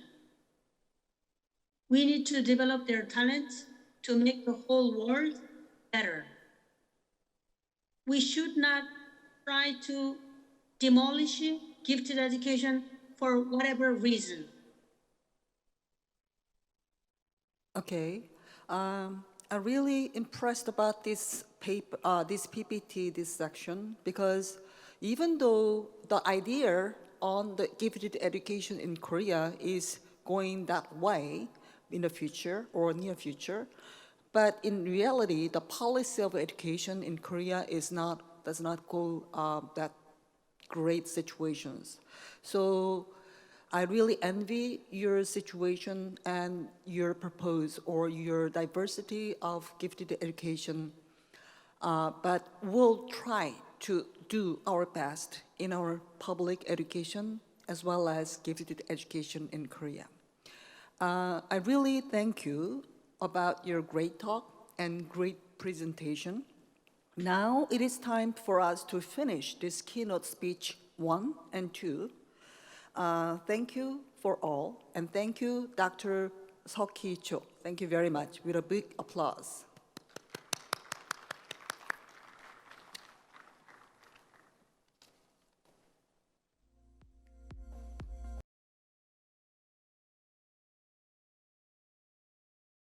Let me introduce myself. My name is Miran Chun, who is a professor of Gwangju National University.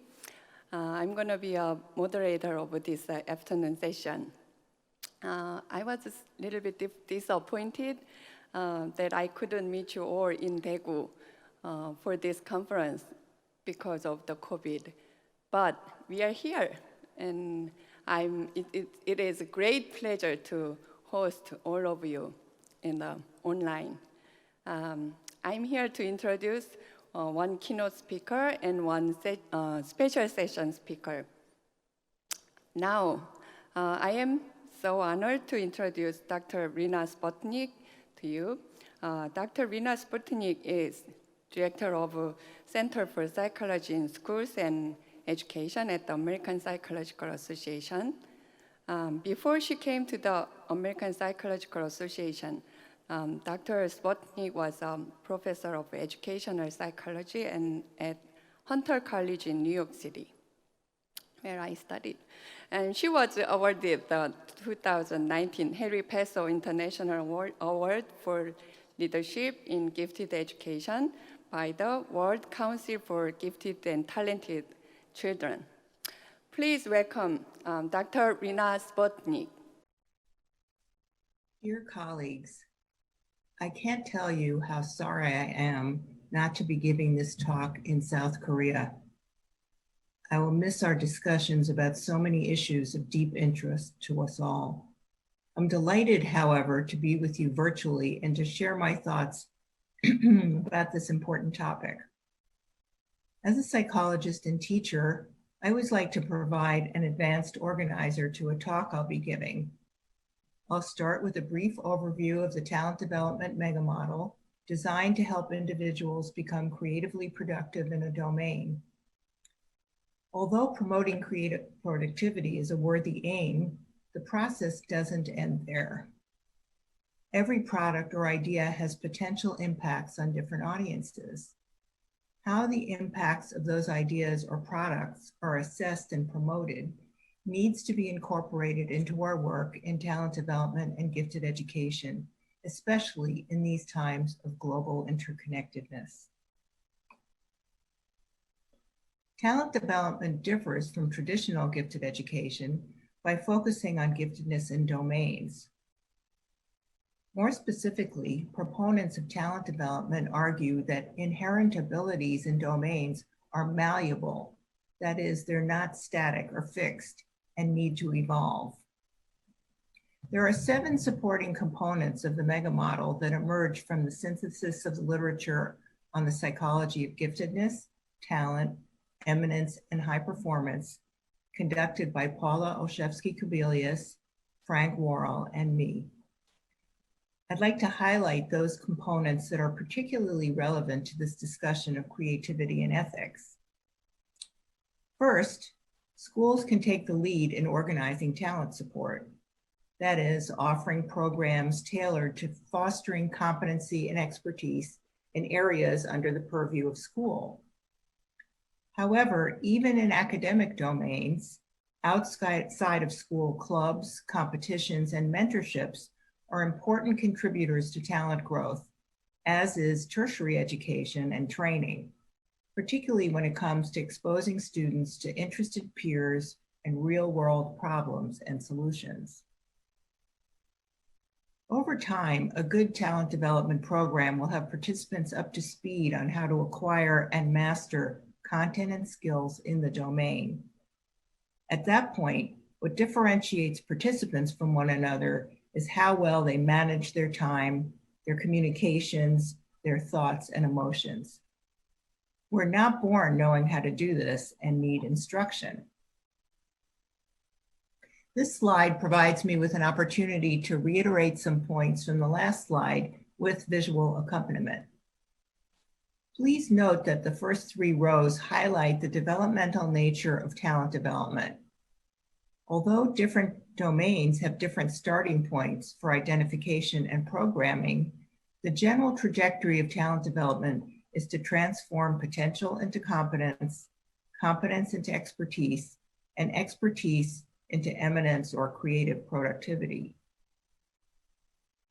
The row of inputs on this slide describes the necessary ingredients of talent support, providing important content and skills, and over time, practice in psychosocial skills, as well as exposure to insider knowledge. And I'll be talking more about these two shortly. It then becomes incumbent on the student to capitalize on given opportunities, even those that come by way of chance. The central goal is to generate creative ideas or products in the domain, and sometimes even across domains. Whenever I get opportunity to describe creative productivity, I share my favorite definition, one derived by Jackson and Messick. I like it because it is both comprehensive and comprehensible. Unusualness is the response property most often associated with creativity. This quality is measured against norms for that age or context. We respond to originality with a sense of surprise. But just because your answer is unusual, it doesn't mean that it contributes to a solution. With older children, we emphasize that while originality is important, creative ideas should solve a problem, whether scientifically, philosophically, or aesthetically. The third response property is transformation, which is also relevant to our discussion of creativity and ethics. Even if a solution is unusual and satisfactory, it may not change thinking around the topic. Transformation stimulates changes in others' responses or how others think about the problem. So for example, when I was a middle school teacher, I taught a unit on transportation of the future. Of the 100 students in the course, 99 worked on technical solutions to future transportation problems of pollution and traffic delays. Only one student designed a plan for embedding employment opportunities within communities so that some component of the population would not have to commute long distances. Once the more technologically inclined problem solvers in the class heard the solution, they started thinking of the technology that would be needed to make their classmates' radically different approach work. That was an example of transformation.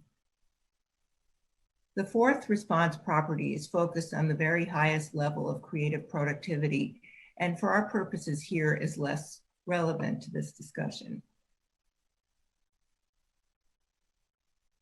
Okay, so let's say you come up with a creative idea that is original enough and offers a solution. Let's say you propose a new talent development program in your local community. How would you go about getting important stakeholders to transform their thinking and get on board with your idea? What consequences will your idea have for different audiences? Will you have a backup plan in case the idea will be rejected? Will you need to raise money or give talks and write articles for a next attempt? How will you be greeted by those who support the current program, including teachers, administrators, and parents? Will they embrace your idea? What if they don't? We must model and teach students to consider the consequences of even the most promising creative solution. This is an important component of disciplined, critical, and creative thinking. Let's get back to the example of the talent development program. The program will serve more students than the current gifted program by focusing on domains rather than general academic ability. That's because it's more likely that children can demonstrate potential in one domain and not across the board. This can also lead to more targeted services when all participants' profiles are high in the domain. But what if we don't have sufficiently good ways to identify talent in, let's say, history or creative writing? Although we have moved to ensure participation of students with gifts and talents whose needs may have fallen by the wayside in the name of general giftedness, a second order consequence is that without good measures for all domains, only some like mathematics, will be sufficiently evidence-based to identify children with most potential. If we can only identify students for mathematics-related domains, we'll go back to limiting the number of students whose needs are being met.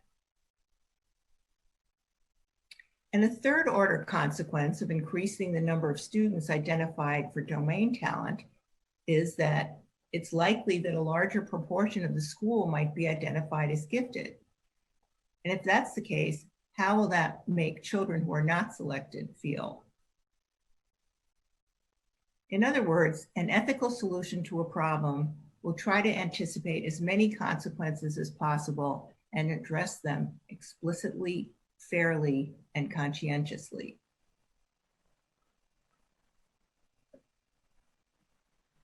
Solving a problem operates as a beginning point for the important work that comes next, implementing your ideas effectively and ethically. One category of tools in your toolbox involves social skills. Any of you who are parents know that children vary in their personalities and abilities. But we also know that no matter what the differences are in their personalities and abilities, we must impart social skills, and that by implication, they are teachable. I list here some key social skills needed to promote creative ideas and consider the consequences of their acceptance or failure. One of the most important skills involves acquiring mentors and guides who will serve in the following functions. They can introduce you to people who can help, serve as a sounding board for your ideas, and help you avoid landmines. Although we're often told that great ideas or performances speak for themselves, there's sufficient research available to show that you need for your ideas to be noticed. How do you do that without arrogance or false notes? A mentor can be very helpful here as well. A lot of creative work is conducted in teams. Consider medical discoveries, space flight, or entrepreneurship. In expertise research, teams are not created artificially like they are in schools. Instead, the most expert teams are teams of experts who respect and can bring out the best in each other.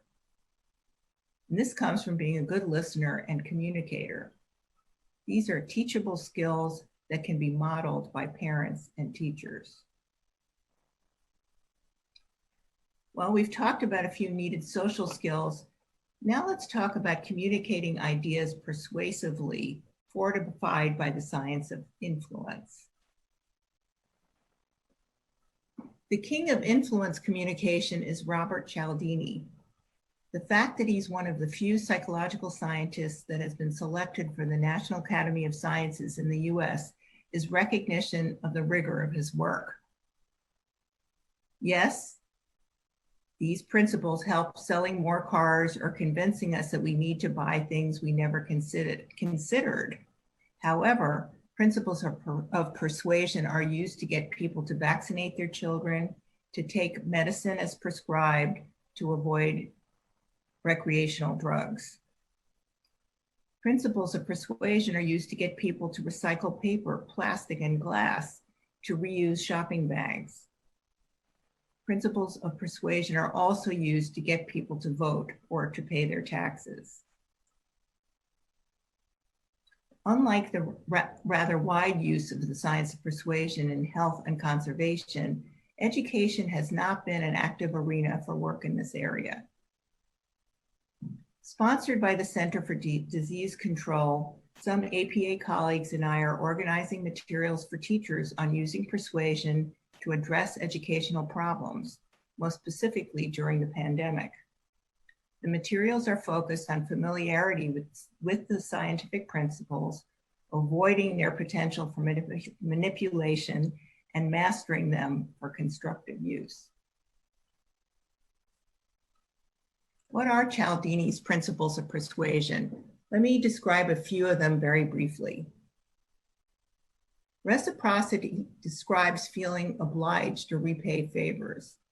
For example, you get a free sample in the store and feel obliged to buy a container of that food. Consistency relies on people staying true to initial decisions.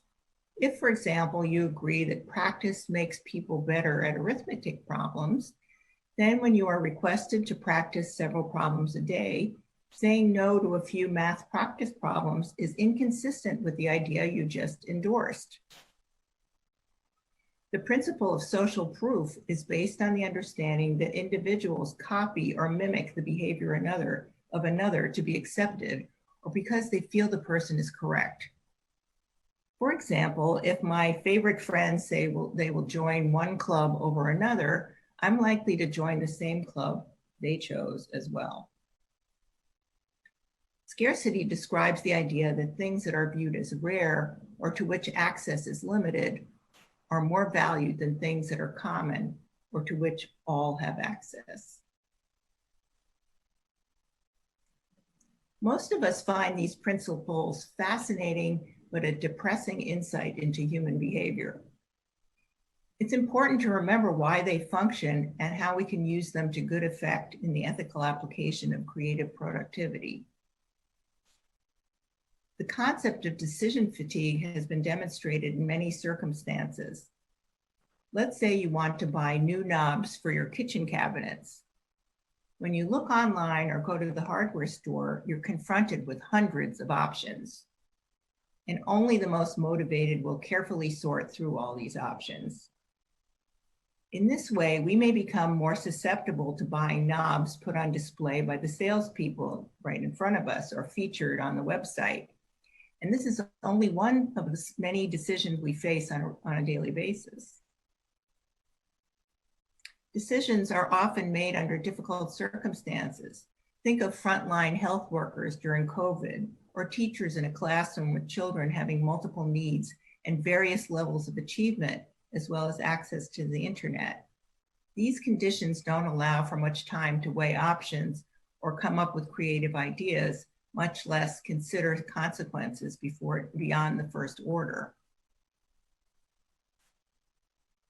Let me say something about, I'll give you some examples about scarcity. Anything not available to everyone is very attractive. Here are two examples. You see an airline's ticket posted as one left at this price. People may ascribe extra value to that item and buy it whether or not the ticket suits their needs exactly. In education, some families may want their child in a gifted program because it's not available to everyone, even when their child is thriving in a regular program.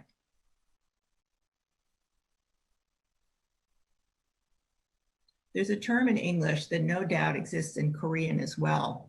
I'll scratch your back if you scratch mine. That describes reciprocity. Reciprocity articulates this relationship by saying when someone does something for you, you're likely to want to respond in a like manner. If you rent a car and you have good experience with it, you're more likely to consider that brand when you're seeking out another rental or buying one for yourself. Educators are familiar with picking up objects such as bookmarks, USBs, or pens at conferences or professional development gatherings, promoting an organization or a product. In fact, you may be holding one as we speak. Every time you use the pen, you may think of the conference, or if you need to purchase supplies for your own meeting, you're more likely to go to that supplier. I'm offering this application of the science of persuasion to the process of talent development in two ways. One is that if you understand these insights into human behavior, you can use them constructively to get your ideas across. It's important to do this with positive goals in mind and after considering consequences beyond the first order. At the same time, we must ensure that your community is well versed in these techniques to counteract inappropriate use. When I was a child, we had a unit in the 5th grade that was designed to inoculate us from forms of persuasion. One I remember most was our teacher asking us to look at an advertisement that proclaimed that 4 out of 5 doctors prescribed some drug. She asked us, how do we know whether more than 5 doctors were asked? How do we know that the people pictured in the advertisement wearing white coats and stethoscopes or actually doctors involved in the study. This was so interesting. The class was just blown away. This wasn't a gifted program, but I haven't seen such a curriculum anywhere else, or even since then in the same school. Familiarity with inside knowledge is another useful tool in figuring out how to communicate your ideas most effectively, and for a wider array of talented people to have more chances to achieve their goals. One of the most frustrating feelings one can have is that you missed out on an opportunity that you worked hard for because you did not follow an implicit rule that was not made visible to you. Talent development must provide participants with as much insider knowledge as possible to make what's implicit explicit.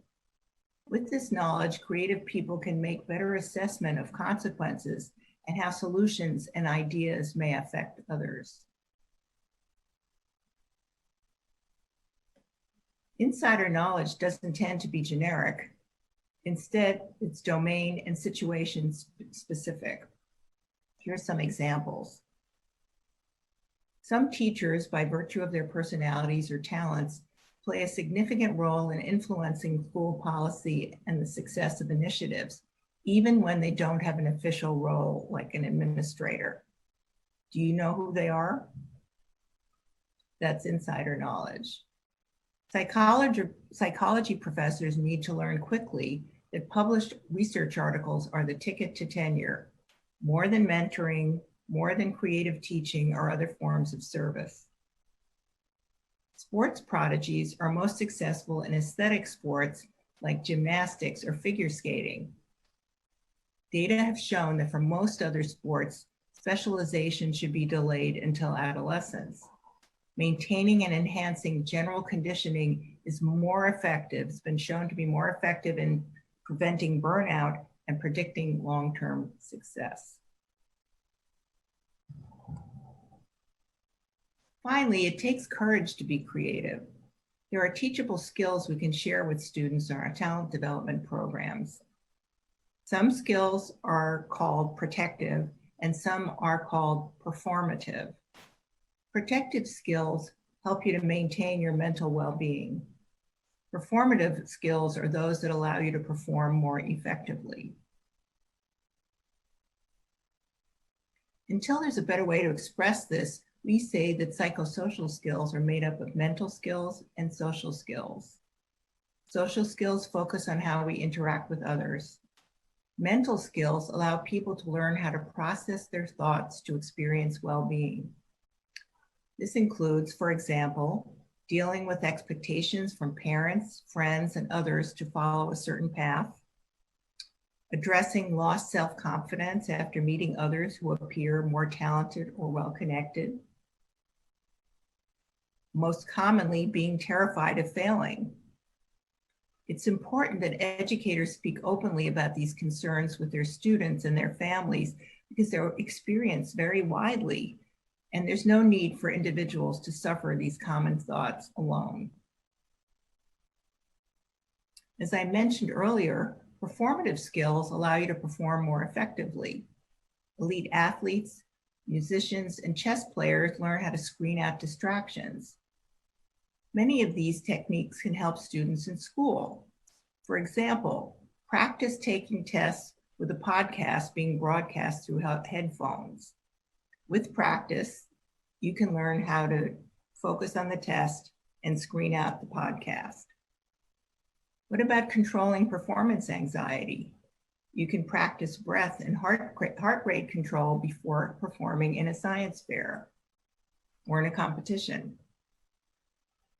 When you practice, focus on enhancing what you're good at. If you're stronger in certain domains of mathematics like topology, do your research paper on that rather on something that would require more background learning. As you move through the stages of talent development, you interact with stronger and more talented people. You must learn how to mask feelings of lost self-confidence, like performance anxiety. Thinking about strategic risk-taking, When choosing whether to stay in a university major or make a career move, it's helpful to have a respected mentor to consult. According to Robert Sternberg, we have three choices in these kinds of situations. You can adapt yourself to the situation, you can try to modify the situation, or you can leave. Just thinking about it in those ways is very helpful. Finally, charisma is a wonderful asset for those lucky to have it. However, charisma is one performative skill that is difficult to teach. Talent development aims to help those with abilities in a domain to make a creative contribution. That can't be the end of the story. Creative contributions need to be assessed for their consequences beyond the first order. We use social skills, persuasion, insider knowledge, and mental skills to tailor our work to meet the demands of those consequences. The final stage of talent development has moved beyond promoting creative productivity. It is evolving into one where we teach and promote skills to create ideas and products that leaves the world a better place, a more beautiful place, where creators can enjoy their accomplishments with peace of mind. Thank you for your attention. Thank you. Rina Sputnik shared her latest research with us. Thank you very much, Rina Sputnik. I liked the ingredients of talent development and principles of persuasion and mental skills and so on. I liked it very much. I especially like the final stage of gifted and talented development. The speaker that I will introduce this time is very unique and young. And he fits very well with the main theme of this conference, Beyond Intelligence, Entrepreneurship, Leadership, and Ethical Minds. His name is Seon Chang. He is now the CEO, Midas H&T Incorporated. He got gifted education in Korea more than 7 years. Especially, he received gifted education for Future CEO program. Then he made an application called the Fever Coach while he was a college student. And he invented very many related interesting products. I am so excited to hear from him. Please welcome him with a big hand.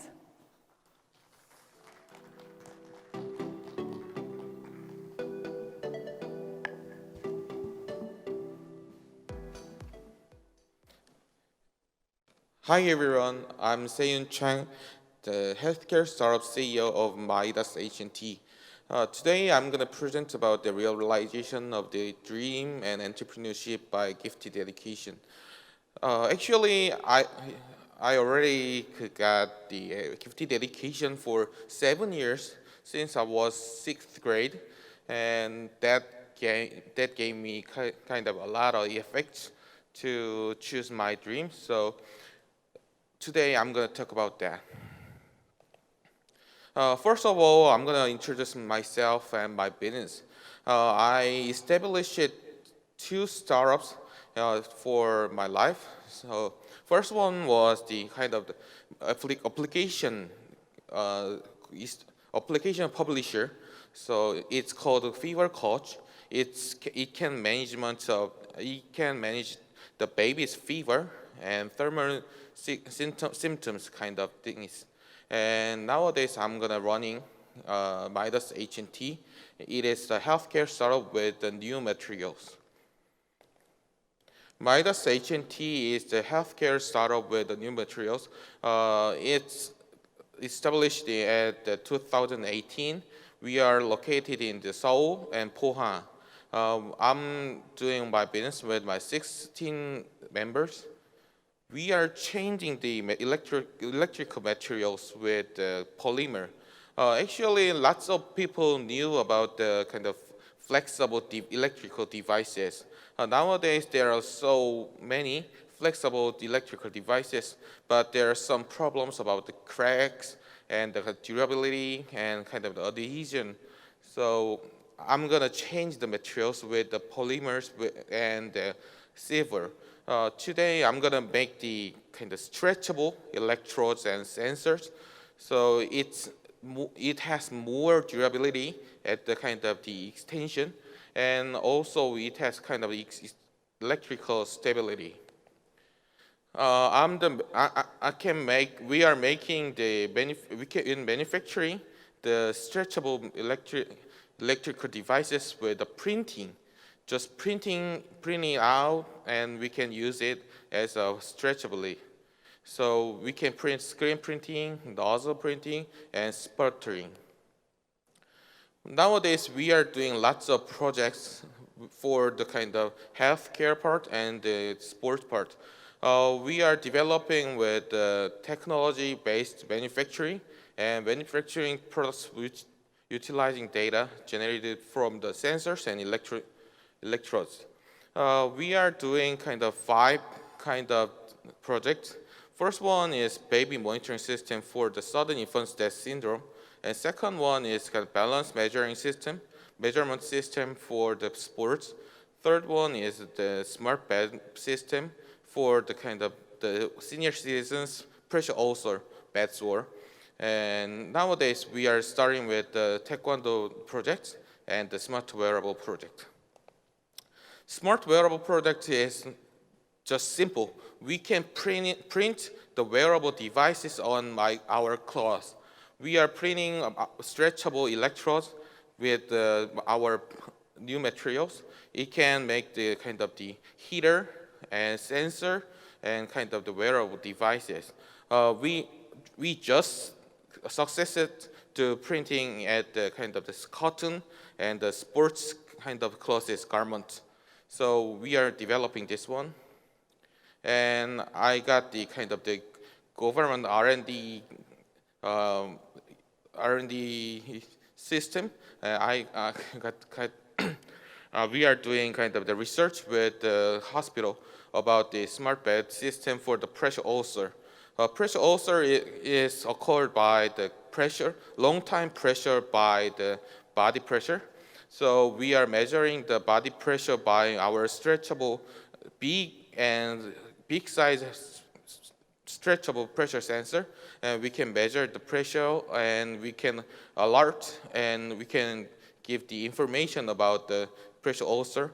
So it can give the kind of help to patients and the nurses and doctors.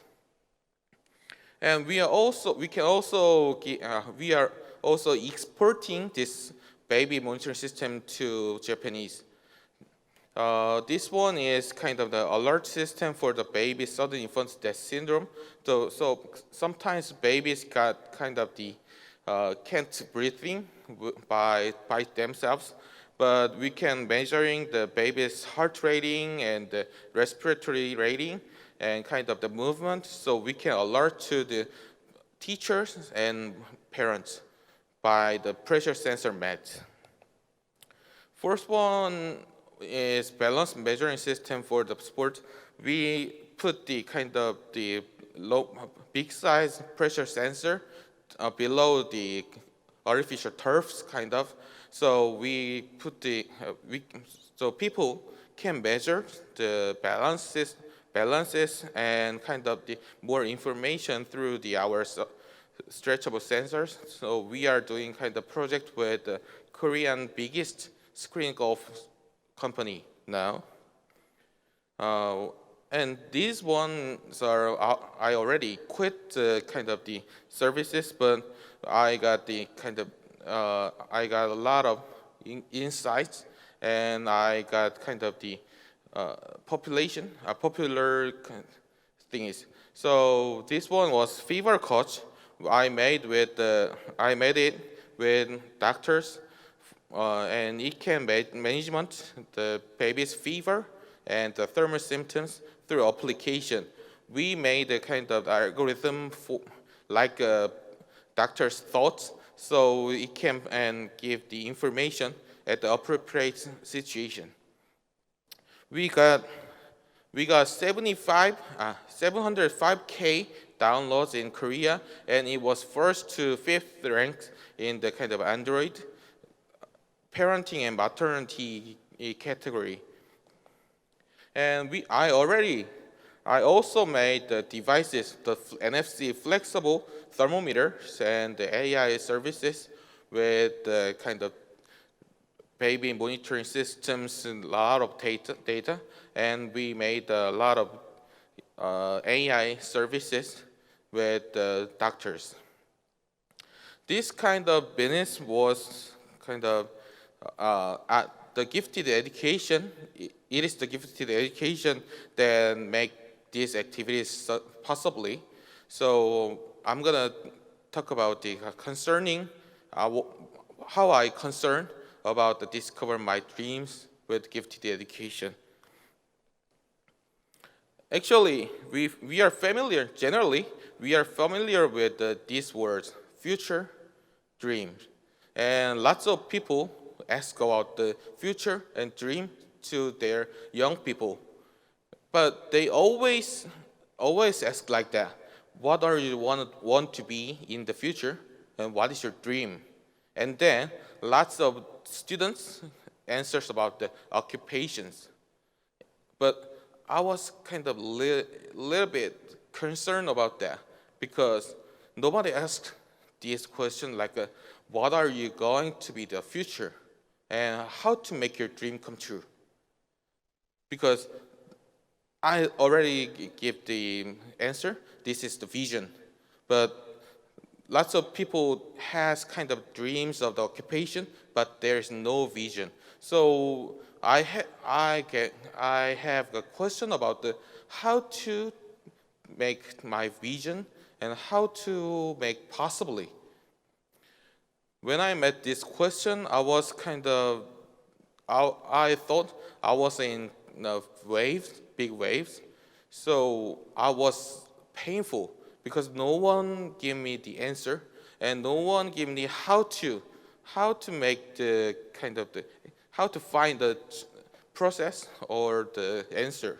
So I was painful, and no one around me has a similar question. So I want to, and finally, I want to make a choice about the kind of, let's find it myself. And I decide to prove my way on my own story. I got the gift. At that time, I met the really good chances, and it was the Postech Creative Entrepreneur Fellows. It is made by Korean Invention Promotion Association and Postech. I got the gifted education for the 2 years, more than 2 years, with the Postech Creative Entrepreneur Fellows. They gave a little bit different education to me because I got gifted education 5 years with the kind of scientific knowledge, scientific and mathematical knowledges. But in Postech Creative Entrepreneurs Fellows gave me kind of the how to make my dreams come true. So through this gifted education, I could have one more time to question as to myself about what kind of person will I be when I grow up. So I sit it down and concerned what I want to be. Yes. Actually, I wanted to be a kind of scientist, but actually there is no one has kind of occupation as a scientist. Professors are also scientists, and some entrepreneurs are also scientists, and lots of people are scientists. Scientist is not a specific occupation or kind of the vision. Eventually, even the Tony Stark, Iron Man, was a scientist. So I want to make my dreams kind of more sophisticated and more kind of accurate. So I can get the chance of to imagine my dreams. Imagine the future for the 2 years through gifted education, and we wrote an autobiography like that. So we got kind of the make a process my own self. So autobiography was kind of where do I come from? The title was where do I come from? At that autobiography, I wrote my dream to the professor. So at that time, I'm gonna find how to be a professor at that time. So what is a professor doing, and who are professors, and what is professor? So professor. So I went to the various universities in Korea, like Post-Tech and Seoul National University, to find what they are doing. But I was surprised. Because professors doing same studies for more than 40 years. I was so nervous about that because I like science and I like studying some kind of mathematics and science, but I have no idea about that. So I want to kind of the concern one more time for what do I do well and do like. So I found my kind of the like things from my memories. First one was appropriate technologies. I'm already have a kind of I already knew about the appropriate technologies, and I want to help a lot of people with my technologies in the past. So I always concerned about the appropriate technologies. And second one was I'm really good at making robot and coding. So it is good to give me kind of the insights about the algorithms, and it is good to I like it very much. And the third one was invention. Since I was eight, I invented a lot of things, and also I got the patent at the high school years. And last one was I got the gifted education with entrepreneurship in the post-tech creative entrepreneur on follows. So I got a lot of education about the entrepreneurship, and I got a lot of insights, and I want to be, I got kind of the how to make my own story. So when I put together about my concerns, it makes me kind of my own story, because appropriate technology it represents about the valuable technology, and robot and coding is I like technology, and my invention is represents of my idea, and the entrepreneurship is represents of a startup. So after I concerned about a lot of things and I put together, I want to make a startup with my ideas, which is the valuable technology. And then after the gifted education, I went to the university, and I did a lot of things to kind of realize my dreams. First one, I met a lot of people to get insight and to get the kind of the secondary experience by every people. So I went to a lot of countries, and I got a lot of insight from my friends and professors, and some kind of the Airbnb manager kind of things. And second one, I visited a lot of Silicon Valley companies through my alumni. I went to the Google, Facebook, Apple, Oracle, etc., HP. I want to know about the kind of the atmosphere of this Silicon Valley successive Silicon Valley the companies. And I interviewed about my item and my ideas. It is very hard time, and it is hard to kind of check my ideas right or no. But I interviewed a lot of people to kind of check my ideas. Third one, I did a lot of research activities, and I made a kind of poster to the conference about the healthcare data, and I checked my ideas also. And also I went to a lot of entrepreneur activities like competitions and the convention and the kind of contest to check the entrepreneurships. And also I studied a lot of things to make my dream come true.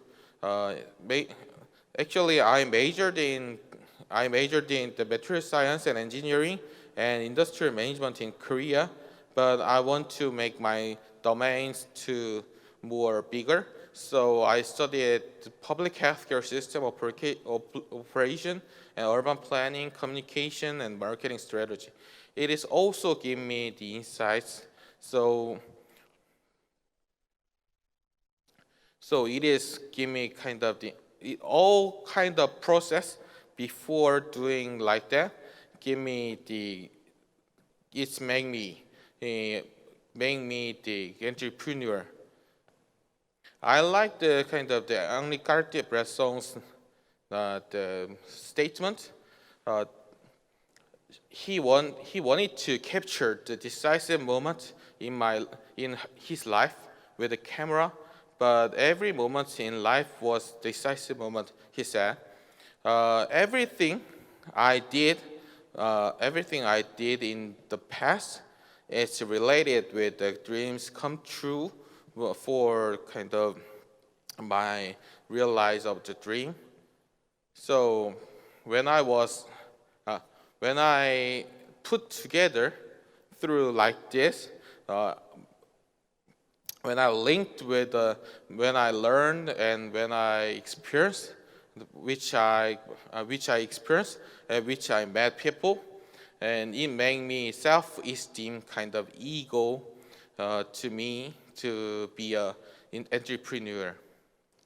And it makes me kind of idea becomes the result. So before this kind of process, I had an idea just on my brain. But after the kind of the processes, met people, what I learned, and I did kind of lots of competitions and some activities. After that, ideas becomes the result and the real products in the real life. And also I kept the challenge to make my ideas more sophisticated. And through this kind of the process, I realized, do what I think right and do what I want. It made me the situation that changed through me who take action. The action is very important. So today's I always think about the kind of my future and dreams about that. And I thought let's be a life that looks forward to the future. Actually, there is no perfect moment in our lives, but like there are lots of the decisive moments before and beside of you. Today I was talk about my education and my concerning process about the gifted education, and through that, not just a point of my life, like a gifted education made me, but gifted education, and when I got the gifted education, and when I met the professor in gifted education, and also there are some kind of the insights about what I got in gifted education. It made me like this kind of thing. It made me do like establish the startup, healthcare startup, and kind of making and give the insight to the young entrepreneurs kind of things. So there is no perfect moments, but decisive moments always with me, I think. So I always give the kind of ask to the young entrepreneurs and peoples to what is your story that will write down from now on. Actually, I'm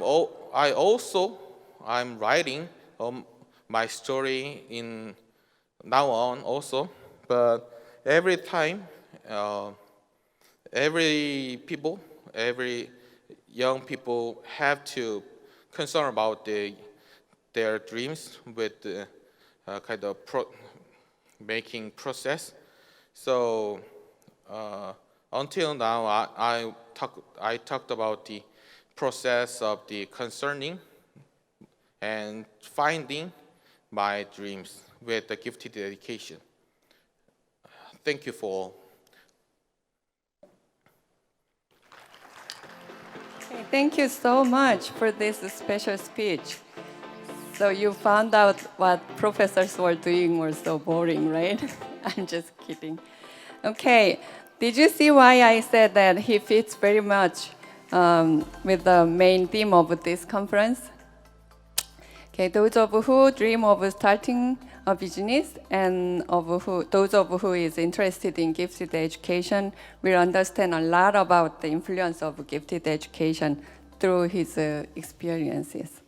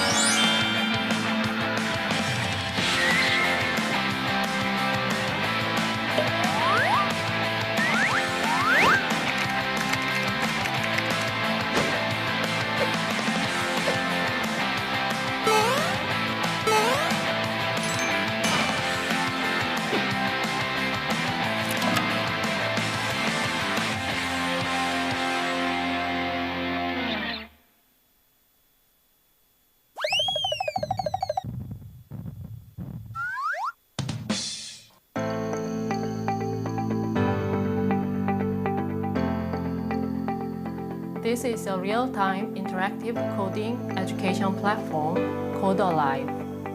Hello, I am Eun-Young Kim, a coding education specialist from CMS Edu, in charge of developing educational content in CodeAlive. I'm very pleased to introduce this special software that helps you learn to code using Python in an incomparably easy and immersive way for you, especially the gifted students who have valuable potential as global leaders in the future. In the fourth industrial revolution era, I believe the purpose of the gifted education is not only nurturing students' intelligence, but also developing the ability to realize their creative and revolutionary ideas. Coding education becomes essential on that point. With coding or programming, the gifted can produce software which simulates their outstanding ideas and verifies that they are working as expected without the fear of failure. So the giftedness needs to include the capability to solve problems with extended and amplified intelligence based on the computing power manipulated by well-designed code or programs. Therefore, as the leading educational company with long-term R&D experiences on the gifted education and convergent learning based on thinking power, CMS Edu decided to create Code Alive collaboratively with Unity, the world's leading platform for creating and operating interactive real-time 3D content. Unity's state-of-the-art technology and CMS Edu's creativity on educational content development are well united to make Code Alive differentiated from other coding education tools. The first differentiation is that students can learn Python through real-time interactive learning in Code Alive. Python's low barrier to entry is the biggest reason chosen by the beginner. But for young people, it is not that easy to finish the lectures without interactivity. Code Alive makes the learners do some activities like drag and drop, filling blanks, or writing code to complete the given missions and shows the result interactively in real time. That is the virtue of the Code Alive, fascinating both the beginner and the intermediate, and immersing them in coding like doing fun games. The visual programming is the second distinction. For the young people who feel comfortable and familiar with 3D computer graphics and online games, this type of learning is like a mission-oriented 3D game, giving them a high level of concentration. Additionally, in Code Alive, the real-time coding is available. After learning basic concepts of Python, the students can design and make their own games creatively with Python. We choose Python as a programming language in Code Alive because Python is the most popular and promising programming language in real world. Especially, Python is taking an unrivaled position in developing artificial intelligence and machine learning, which are essential tools we need to understand and utilize for solving problems we would face in all areas.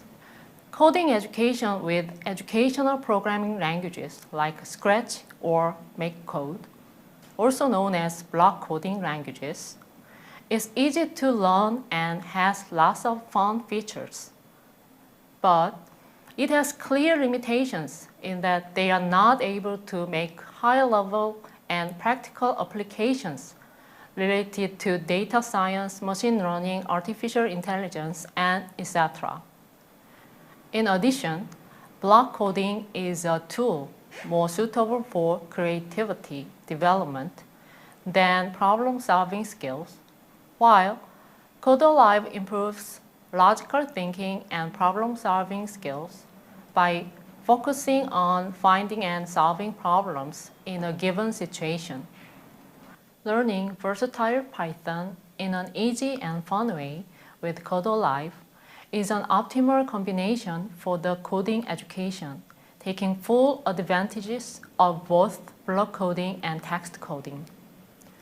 Lastly, the courseware of CoderLive is well organized from tutorial through practice and challenge to quiz and summary. The learners can obtain the conceptual knowledge from tutorial, strengthen the knowledge through simple activities in practice, comprehend the whole content via challenge, test the understanding by themselves in quiz, and then finish the lecture after summarizing it. One lecture in CoderLive contains all the materials to make the learners understand the main subject of that lecture fully enough. Today, we talked about the role of coding education in the new perspective of the giftedness and the distinguished features of CoderLive, which is the real-time interactive coding education platform. We believe that the learning to code with CoderLive provides effective methods for the young people to express their ideas with code, to be optimistic and brave about new technologies, and ultimately to create their jobs and their futures. Thank you for your attention and hope to see you again. Bye.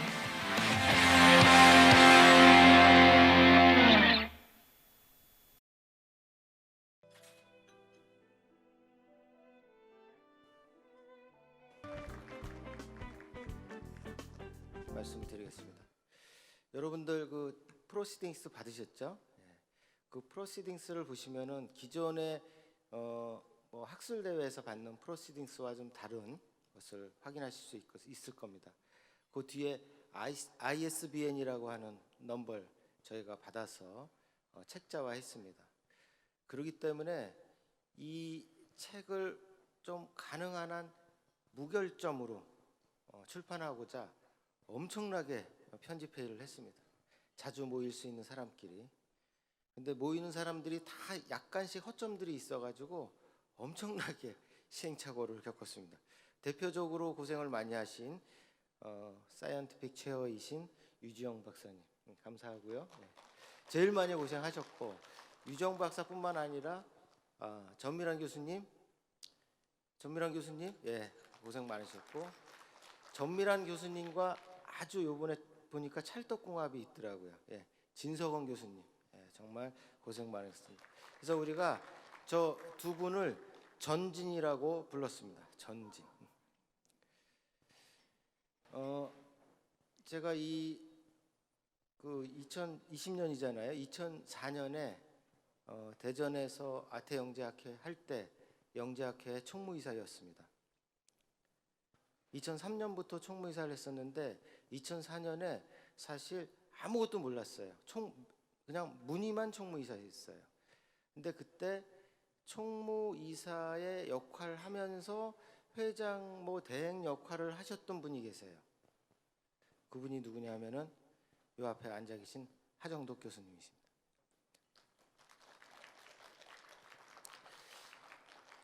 교수님 덕분에 영재학회가 있고 오늘 2020년 학술대회도 개최할 수 있었다. 감사의 말씀 드리고 싶습니다. 또 많이 드리고 싶은데 스폰서만 좀 감사의 말씀 드리겠습니다. 여기 보시면은 ATC라고 있죠. 네, ATC라는 스폰서 많죠. 네, 그 중에 한 곳에 ATC가 있는데 ATC는 초등 컴퓨팅 교사 협회라는 곳입니다. 그래서 초등 교사들이 모여 있는 컴퓨팅 연구를 하시는 분들인데 펀드가 엄청 많아요. 그래서 제가 좀 후원 좀 하시라고 했고 그 협회장님이 와 계십니다. 여기 강성현 협회장님이십니다. 고맙습니다. 네. 그 다음에 강성현 협회장보다 더 많이 후원하신 분이 계십니다. 그런데 여기 지금 못 넣는데 숭실대학교 교육대학원 전주성 대학원장님이십니다. 예, 고맙습니다. 근데 사실 전주성 대학원장님께서 이렇게 후원을 해주신 거는 이경화 교수님의 역할이 컸다. 이경화 교수님, 감사합니다. 예, 저는 딱 식사만 사실 주문했습니다. 이 비쌉니다, 굉장히. 그래서 식사만 했는데 이 앞에 앉아 계신 한기순 교수님이 이게 무슨 컵이냐, 이게 와인컵 맞냐 그러면서 와인을 시키셨습니다. 그래서 지금 따라드리는 와인은 한기순 교수님 덕분에 먹게 되는 겁니다. 예, 고맙습니다.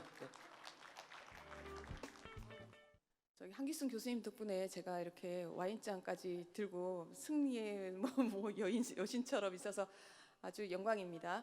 자, 잔을 다 따르셨죠?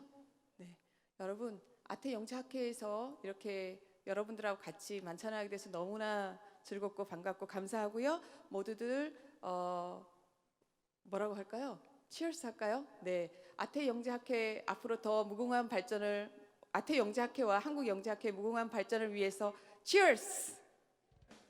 감사합니다.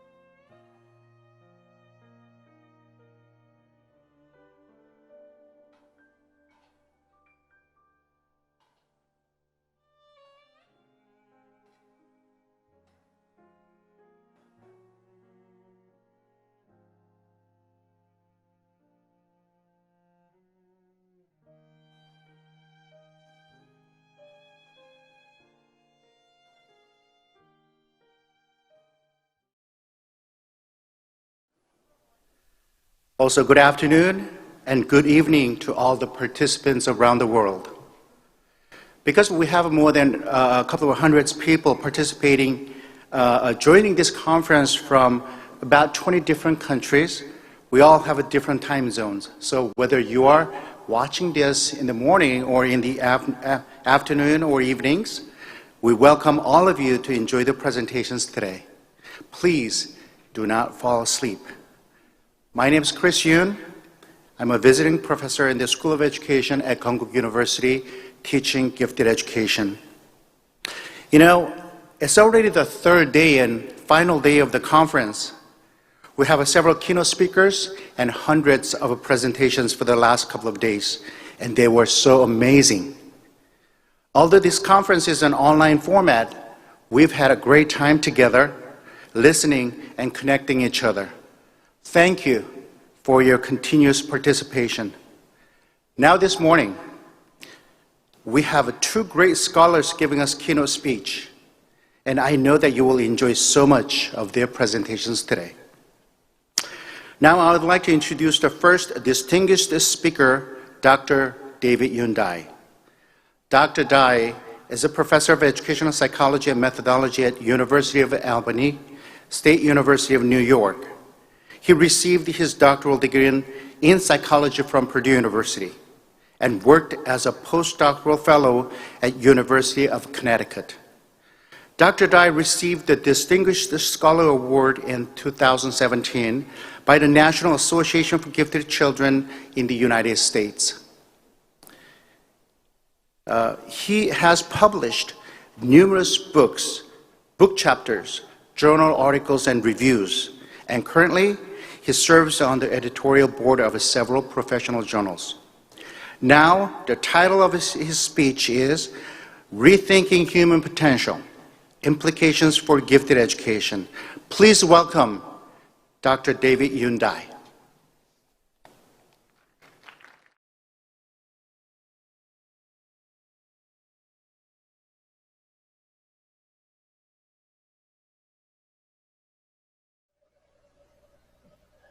Hello, everybody. I'm very happy to talk to you in this conference. Unfortunately, I was not able to come to Daegu, And I was actually looking forward to that, but unfortunately with the COVID-19, the coronavirus outbreak, I was not able to do that. But a good thing is that with the technology that I will be able to deliver this speech, hopefully give you some good idea about the recent development in gift education, particularly in terms of how we understand human potential. Without further ado, I'm going to get started with my presentation. So I will shift to sharing screen mode, share screen mode. So hopefully everybody bear with me.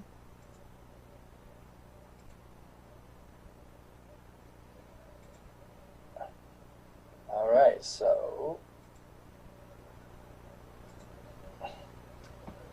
this is my topic. It's a rethinking human potential, implications for gift education.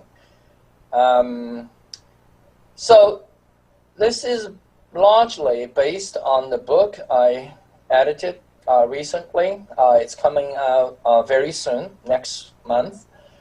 And it's basically, the topic is scientific inquiry into human potential, as you can read, historical and contemporary perspectives across disciplines. So that's the book that Bob Sternberg and I put together recently.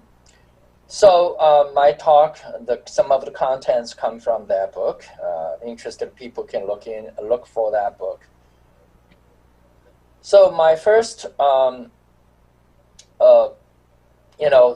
first part of my talk is, what is the assumption that we have had for a long time about giftedness, about human potential, particularly in terms of giftedness. What exactly mean by giftedness? So I venture to say that there was a fundamental bias in our field. What exactly is that bias? Is what I call essentialist assumption. Now, what is the essentialist assumption? The assumption is that the gifted, basically someone is gifted, being gifted, separate them from the rest because they are different in a qualitative way. The way they think, the way they feel, and they not only different from the rest of us, but also they constitute homogeneity, that they are the same, they have the same quality. And that is related to what I call permanence. What is permanence? Basically assuming that the giftedness is a unity, that constitute a unity and identity and continuity. So this never changes throughout that life. So that's the essentialist assumption. It's a fundamental bias from my perspective. And what I actually call for is redefining giftedness, just very simply, as a potential for excellence. Anything that is related to enhancing individual potential or cultivating individual potential for excellence will constitute, that's what we do in gift education. So we know that, for example, that there are myriads of potentials, a variety of potentials. Also, there are a variety of constraints. What constrains your excellent performance is a multitude of factors. So we all consider this as relevant. So for whatever phenomena you are talking about, child prodigies, various talents in various domains, expertise, polymath. Polymath basically is multi-talented, talented in multiple ways. And creative contributions, a variety of fields, inventions, scientific creativity, artistic creativity, or in even everyday creativity. So when you define that way, and you will look at the field probably in a different way. So the next point I want to talk about is the next topic. I want to go back to history. Look at how we conceptualize human potential in history, roughly starting Francis Galton, who published the book in 1869. So that's more than 100 years, roughly 150 years. So he clearly has a very strong feeling about heritable genius or heritability of genius. And so Dewey in 1949 published an article. They identified the nature-nurture debate or conceptualization going through three phases theoretically. The first phase is nature versus nurture. So human potential is considered capacity. And if the capacity is inherent for everybody, you're born with certain capacity. The only thing is that how your capacity is unleashed through environment, through development. So that capacity view is basically somehow determining how far you can go. The next phase they identify is nature-nurture interaction. What does that mean? Is that you have certain aptitudes, you have certain dispositions vis-a-vis a particular situations, or particular environment, or particular domain. So you have certain dispositions, so you're stronger in that position, you're more sensitive to certain situations than others. That actually make you more prone to a certain way of development, certain way of looking at the world, has certain way of feeling as well. So this is interactive perspective. The third perspective, he said, basically, Dewey said, is no longer look at the nature-nurture separately, dichotomously. Because dichotomous view always is what? Descartes' view. Descartes, the philosopher, the French philosopher's view, is that everything can be divided. So the nature in nurture view is that you cannot really divide nature-nurture because human potential, from that perspective, is a property of functional relations, a functional relationship. So in that regard, whenever you see a potential, it's a property of human relations. It's a property of a kind of a person-environment relationship, functional relations. So from that perspective, you can look at two things. One thing is look at how nature constrains nurture. Indeed, we have a lot of findings about nature. Indeed, a lot of times constrain how far you can go, how well you can develop, and also how fast you can develop. So, for example, I cited two literature research about expertise. Howard's research, for example, looked at the chess expertise, and he searched record to find out, indeed, there was a factor there, personal, individual factor there, constrain how fast you go, and even how early you can develop up to the top. So that's a major, clearly. I will later elaborate what exactly that is.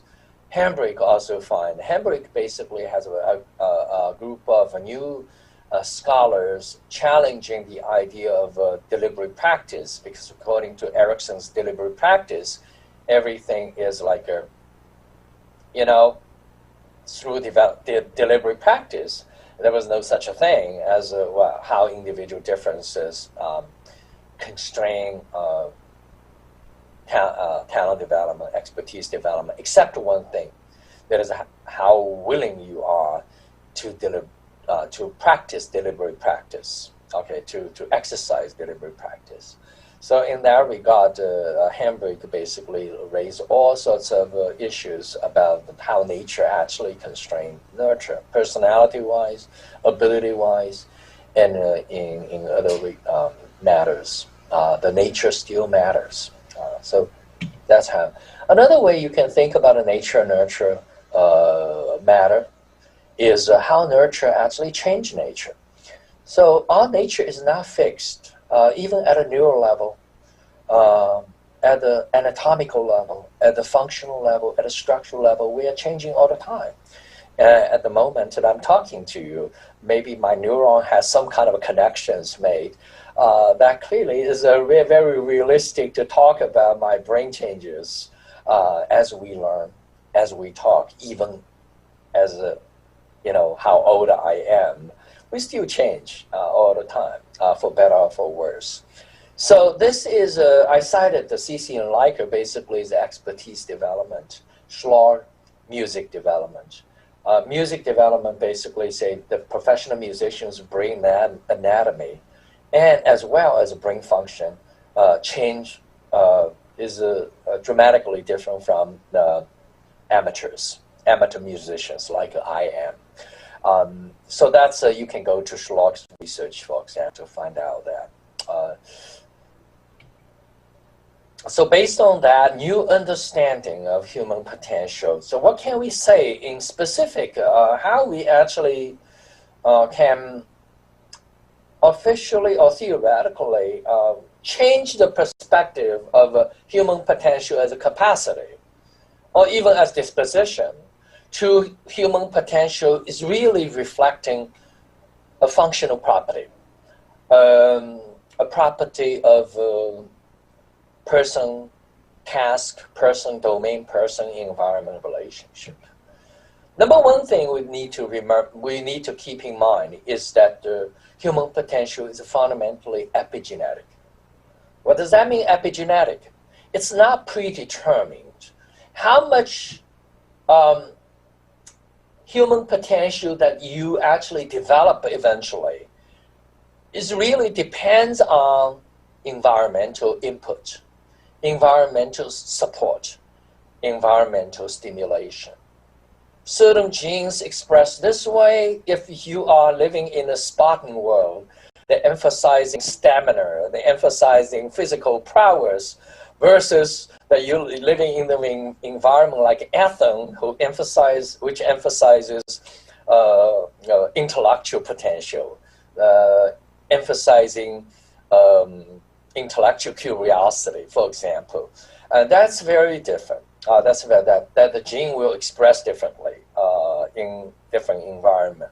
That means developmentally, we are or everything, almost everything. Some of the things you can say it's not epigenetic, like eye color, hair colors. Certain things maybe it's not epigenetic, but lots of things, particularly psychologically, epigenetic. Second thing that we have to keep in mind is that we are increasing, our human potential is increasingly domain specific for one good reason, because we build our human potential through experience. The more experience we have in certain domains, the more potential we got. Naturally, this is probably can be easily understood. And of course, with experience, our potential is experience enhancing. Why do I say that? Even when we talk about capacity, we know experience enhances our capacity. Earlier, I talked about Schlag, for example. Schlag's research basically says clearly, with the kind of practice you have in music, your brain is tuning to music in a fundamental way. You're more sensitive to music, and your brain organization is more efficient, and your neurons even working more efficiently when you're listening to music, when you practice music, let alone everything else, like you can do sight reading, you can do other things. So that's experiencing enhancing. And the last thing I want to emphasize that in the field of gifted education, giftedness, there are some scholars like Chevanina, I can name a couple of others, they emphasizing this aspect. But I think overall, we tend to emphasizing capacity, abilities, forgetting that fundamentally giftedness is really something that we call individuality. It's a much broader than capacity. It's a much broader than ability.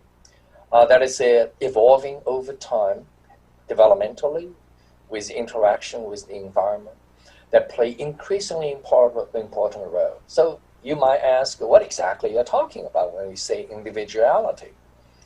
And when I say individuality, I'm talking about all the kind of habits of mind, the way that you interact with the world, the kind of sensitivity you develop. Particularly, I'm talking about how you feel about the world, how you develop a particular perspective about the world, how you view this world around you. What kind of symbolic capabilities you develop that dealing with a specific aspect of the world, or be it artistic or be it scientific, but it's distinctly individual. It's your perspective. For example, I'm as a person, develop my individuality that allows me to look at a gift education, look at a gifted field in a very different way, in a distinct individual way, that you can say it's Dr. Dai's view of how gift education works, how giftedness work. So this is basically a very important part of how we look at the potential, human potential, and also how we look at the giftedness in a more general way. So more specifically, I want to talk, this is the third topic, that is new concepts of human potential. That's the language that I like to use. What exactly I'm talking about? The number one thing is that instead of talking about giftedness as a capacity, as some kind of a fixed entity residing in person, I'd rather talk about something that more visible, more tangible, and more developmental, which is something I call Matthew effect. That's the number one thing. Matthew effect is basically consists of two aspects. The first aspect of Matthew effect. Number one thing is what exactly Matthew effect? I want to explain a little bit. It comes from Bible, by the way. The simple thing: the rich get richer, the poor get poor. It's almost like this is a basic idea. But from our perspective, you can think about Matthew effect basically is the issue of learning rate, the issue, there are other sorts of issues. Basically, what I describe is a kind of a fan spread effect, that you can have initial small difference become increasingly larger. That's a Matthew effect. So individually, you can look at the learning rate, basically slope differences, learning curve differences in specific domain. Sometimes you can say that some people just can be learning things faster. It's a more general factor. I kind of agree. There are certain aspect is probably that's a transfer effect, basically, that their abilities can be used in a variety of domains. They learn things faster in a broader than the narrowly defined domain. But still, it's constrained. It's constrained, not omnipotent, so to speak. Otherwise, we go back to G. We go back to Spearman's G. I think Spearman's G probably is overgeneralized, this factor. So individual differences, differences in ceiling, that is how far we can go. I kind of agree that you can have a plateau. You can reach a plateau that you flatten. Your learning curve flatten. Maybe you have another spike that goes up again, but usually we can conceptualize that you cannot really go further infinitively. And I agree, for example, for myself, my ceiling, I can see my ceiling if I develop in physics, for example, or mathematics, or even, psychology. That's my main area. Another factor that we a lot of times credit human excellence to individual factors more in gift education. And we should think about a large chunk of credit should go to social factors. This is something that I think that we should seriously have a second thought. Because we usually think that the social factor, everybody needs social, environment, facilitate our giftedness. But think again, it's not just facilitating. It enables you to do things, okay? That's earlier, keep in mind what I said. about nurture, change nature. Various social privileges matter, from early family environment, your exposure, your museum-going experiences, your mom and dad, the bedtime story, everything counts. Everything counts. Up to the university you go to, right? Whether you like it or not, that's the fact that if you go to Harvard rather than a less prestigious university, going to Harvard definitely gave you a huge advantage, huge social advantage, privilege in many ways. That's also Matthew effect, okay? Don't discount that. Don't discount that part. For example, this is my research. I published one article. I'm working on the second article with Dr. Lee, who used to be my doctoral student. So this is, for example, we plot 5 students in a very prestigious early college entrance program. And they went ahead to come to the United States to pursue their PhD. Now all of them become professors, 4 professors. And I plot 5 of them, for 5 of them.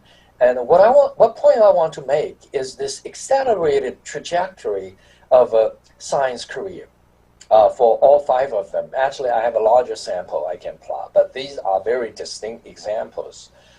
They started, if you look at when they started college years, they started college roughly at the 14 years of age on average, 14 years of age. So quite early, like a 4-year earlier than typically when we went to college. What I want you to look at is you go through PhD, finish PhD, beginning faculty position, and also professional recognition. Look at the age differences. When you enter college, you have a 4-year difference. And when you get professional recognition, look at, it's an average of 30 years and a half. That means roughly 30 years old. When you're 30 years old, you already get, for example, National Science Foundation Career Award or something like that. They're already recognized as a promising young scientist. But the average age for the regular people, okay, for regular people like me, 38 years of age, 38 years. What is the difference? 8 years, which means that you go through the whole thing. Initially, you have a 4-year difference. Accelerated means that you accelerated by 4 years. Is that? By 8 years, not 4 years. That's basically Matthew effect to me. A social factor is there. Maybe they're part of it as an individual, but I guess a lot of people pursuing PhD, they are also very smart people. So in that regard, it's not. I will attribute this to more social factors. Every step of the way, they are privileged. Not discounting that they may be also more talented than me, for example. Warranted that could be the case, but both are contributing to the process. Okay, so let me move on.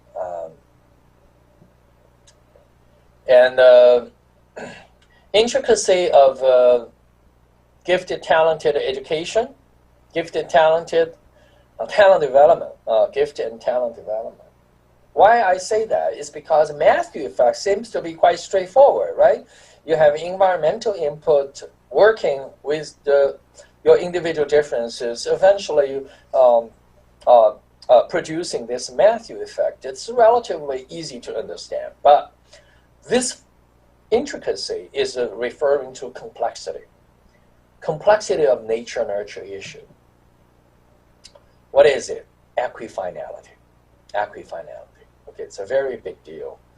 A lot of people don't pay attention to this idea. What is epiphenomenon?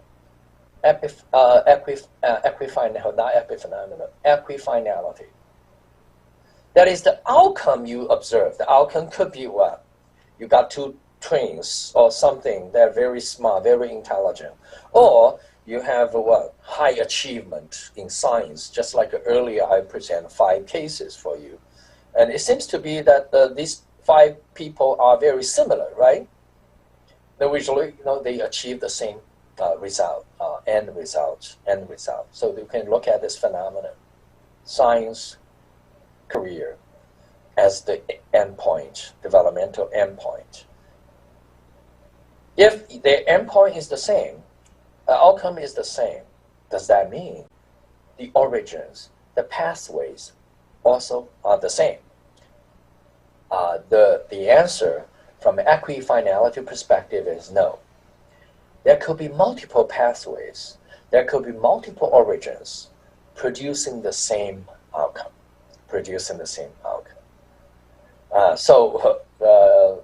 So this is something that we should think again carefully.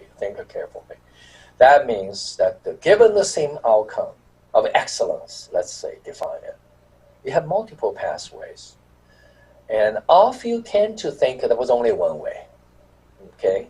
Our field tend to think, or the research tradition tend to think, a psychological research tradition, they think about Francis Galton.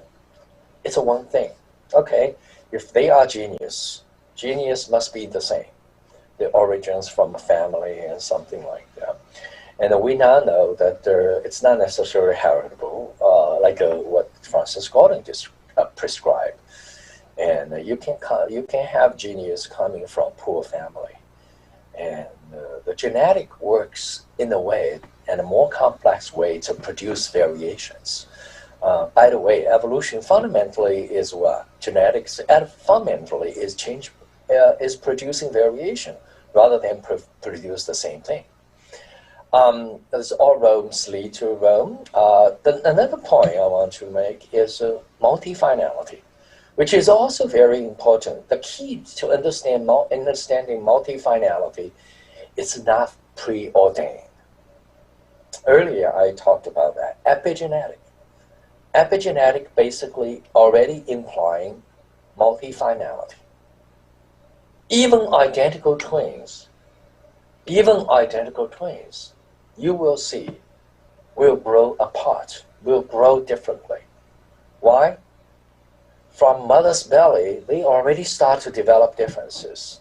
The conditions, the nutritional conditions for the 2 identical twins or feeder is different. Okay, so it's a life-changing. So let alone that I'm talking about life-changing events in many ways. So that's, I put it, twists and turns, leading you to Daegu, leading you to Seoul, or probably leading to my hometown, Shanghai. All right. So the last point, topic that I want to discuss, what all that means. I'm going through this human potential stuff. Human potential, particularly for excellence. What that all means. Number one thing that I always like to think about giftedness is dynamic. That's number one thing. Dynamic means it's in the making. It's never exactly you got it. Okay, you have it. It's yours to lose. It's working. It's always constantly. That is based on neuroscience, by the way. Neuroscience basically is our brain is changing all the time. Okay, every 20 years, or maybe every 10 years, or every 5 years, we got a new brain. Believe it or not. Okay, but anyway, what it means to have a gifted potential. Not fixed capacity, I want to emphasize. I cannot emphasize more. Made of many things via development, made of many parts, many things, not one thing, okay, not one thing. We tend to think it's just one thing. It's changing for better or for worse, and particularly, it's basically follow the principle of no use, no growth. If you don't use it, it's get rusty. So use is very important. Activity, active in brain, active in your mind is very important.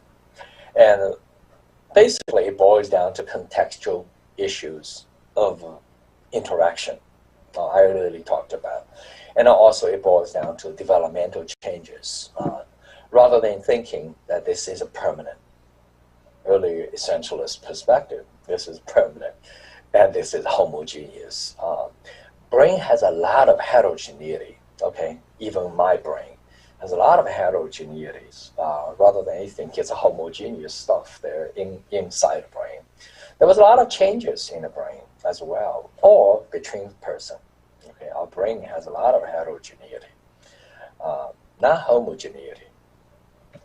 Anyway, problem facing gifted education. The problem facing, I want to talk about three things. So let me see the timing. And basically, we tend to be insulated as a gifted education, as a field. We tend to be insulated from society, from general education. I think that's not healthy, because eventually, if we do this for a long, long time, we are going to be irrelevant to the rest of the world. And we think that we are doing great things, but no one recognizes. That's not healthy. Another thing is that we tend to, I don't want to say everybody is that way, but we tend to, at least some part of us tend to hold on to what we believe in. That's natural, because there's part of it, every of us are conservative. Some part of me is conservative. Dogmatic adherence to outmoded paradigm means that conservative side play a large part. So we tend to hold on to the old paradigm, which I think is basically we have to think again, reflect on what we believe in. Outmoded, I will show the book, my paradigm book, later. Operated on a top-down manner, losing invigorating power. What does that mean? What I mean is that over time, we tend to make a gift education, not democracy, make a gift education is like a bureaucracy. It's a bureaucratic system. Any bureaucratic system is basically become what? Something like an inertia. Nothing changed, okay? Even we advocate change, that's the way we do things, like a bureaucracy. Okay, you have certain procedures, you have certain way of defining gift, and you have certain way to assess it, that's it. And so it becomes business as usual. That's problematic, particularly over time. The bureaucratic system always is not sensitive, not flexible, not adaptive to the changing world. So I want to get to this is a new era of gift education. I wrote article, for example, 2016 in the book edited by Ambrose and Sternberg. I think I remember that's Sternberg Ambrose. And also I wrote this article published in the Turkish Journal of Gift Education in 2019. So look for Dr. Sak, Uwe Sak. He actually published my article, this article. I basically advocate that the talent development paradigm is the way to go, and it's scientifically more compelling, socially more equitable, and educationally more productive. I will later show you why I think that way. So the main assumption of talent development is it drives educational innovations. Why is it? Because it's assumed that the talent is diverse and widely distributed in the population. Number two, talent is developmental by nature and can be cultivated. That it's nothing, you have to have it. It's something we can cultivate proactively. Talent for the 21st century can be quite different from that for the 20th century. Okay, so the last century, what we do may not be working, So I want to conclude by saying that a gift education has gone through some kind of a paradigm shift based on new understandings of human potential for excellence. That's something that we are still ongoing, but something that I'm advocating is a paradigm shift. This paradigm shift basically makes our gift education mission change. We are not just serving the gifted. that we identify they are the gifted. The rest of us, none of our business. We don't really care. Rather, if we change the mission of gifted education to something like what I described, try to accommodate a variety of talent trajectories, a variety of pathways to talent, to excellence, to polymath, to creative contributions. We care. So we broaden our perspective. Then I personally feel that general education will perceive us differently. We are allies, not we are completely have nothing to do with general education, because ultimately excellence counts. Ultimately, only excellence matters from educational perspective, because otherwise we can only congratulate parents. You got gifted kids, so congratulations. But education is what we can do to bring up their potential, a lot of people's potential, not just what we quote unquote gifted, but people can be talented in many ways. People can actually excel, even though we think they are not as gifted as the way we define it. So the last slide that I have is to give you some idea about my background. For example, the middle one is the book I published 2010 with Teachers College Press. That is my kind of a overview of the entire history of gifted education, giftedness, particularly intellectually, over more than 100 years of history. So that's the book. On the left side is the book I published basically back to 2014, which is a paradigm book. And on the right is the book about a gift education book in Asia, gift education book that's co-edited by Dr. Guo in Taiwan and me. So this is 3 books. If you're interested, you can look for those. I also have my webpage you can visit. I have a lot of articles that you can download from there. And also, you can access my email. If you have any question, let me know. So I have lots of, so these are the information because my talk is brief. So I will stop here and hope that you get something from this talk. Enjoy the talk. Otherwise, we can getting back in touch. And thank you very much for listening. And hopefully we'll see you soon. Thank you.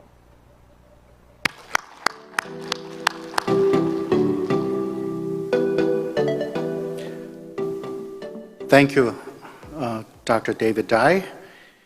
Currently, you're working on redefining the concept of giftedness. I think it's very important because for the last 30 or 40 years, the concept of giftedness has pretty much not changed. So I think it's about time for us to redefine the concept. And you are trying to give a new understanding of giftedness in human potential. And it'll eventually help us to grasp a big picture of what actually human potential is, as well as what might be the human constraint might be.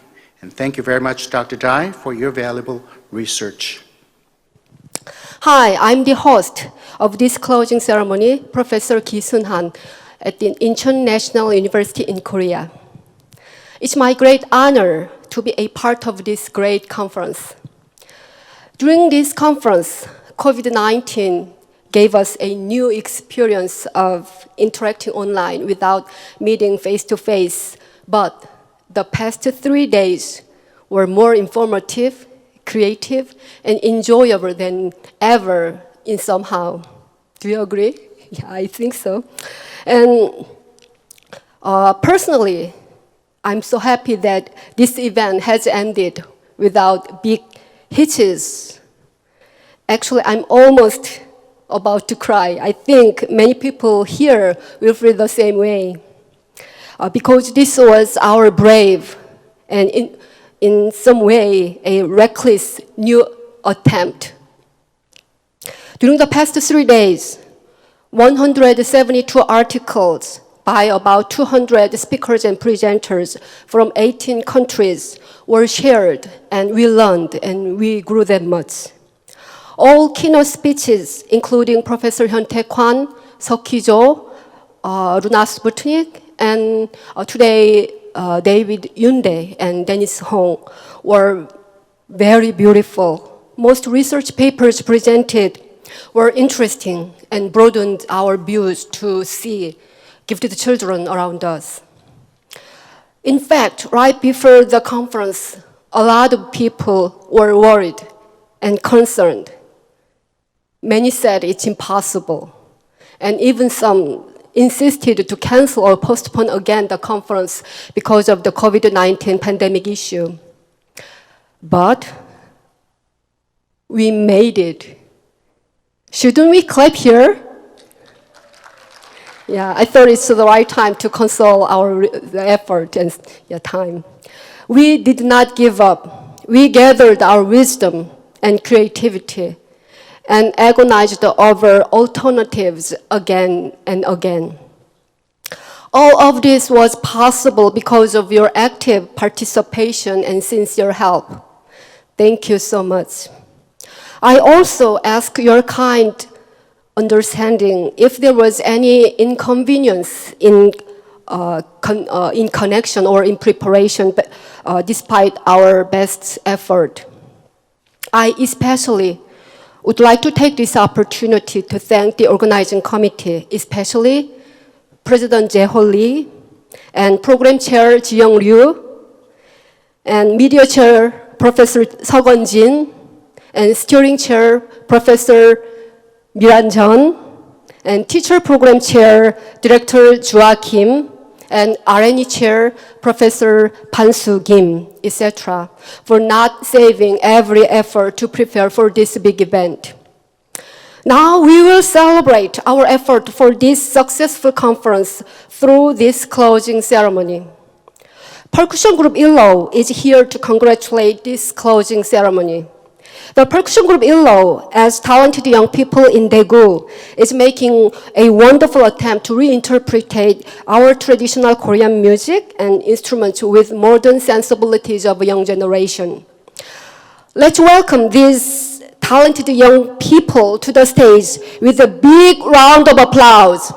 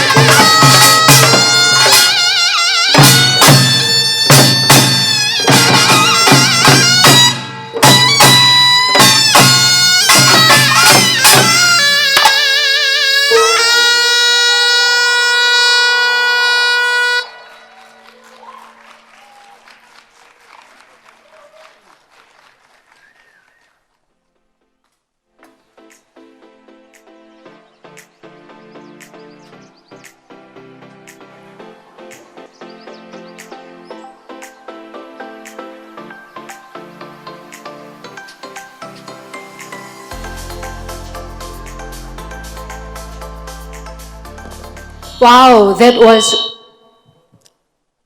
wonderful. Yeah. Once again, thank you so much for the fantastic performance and your great talent group below. Next, Dr. Usan Lee, President of the Asia Pacific Federation on Giftedness, will deliver her warm closing remarks through her video message.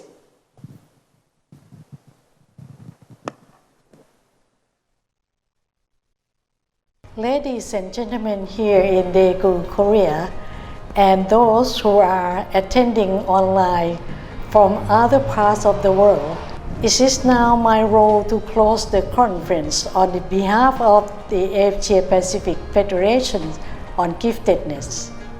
The Executive Committee members from other countries and I would like to express our appreciation to the administrator of City of Daegu and the organizing committee here for making the conference a success under the difficult conditions caused by the COVID-19 virus. The organizing committee has kept our commitment to gifted society by ensuring that we were still able to share our professional knowledge and experience through cross-cultural cooperation. The end results should contribute to strengthening our efforts to advance the education and support for gifted individuals worldwide. To all those who have participated in the conference, please receive our appreciation for what you have done for the gifted society. Our particular thanks to all speakers and presenters who were able to come here in person and present their paper in this beautiful city. And thanks also to those presenters from other countries who present online. Thank you again for all of the poster presentation and other activities in our conference. You have provided valuable knowledge and information for scholars, teachers, parents, and professionals. The executive members and I came here in February and visit many places in Daegu and city nearby to meet the organizing committee preparing this conference. We found that Daegu is a very excited city in many aspects, and this is one of the most impressive places I ever visited. It has many world heritage sites and local places of wisdom that you can visit. Great food, good hotels, excellent places for education. Daegu is a wonderful place to visit. I hope that all who did manage to come here and attend the conference and enjoy their stay. I also hope that we may come back to Daegu in year 2024, so you all have opportunities to visit this great city.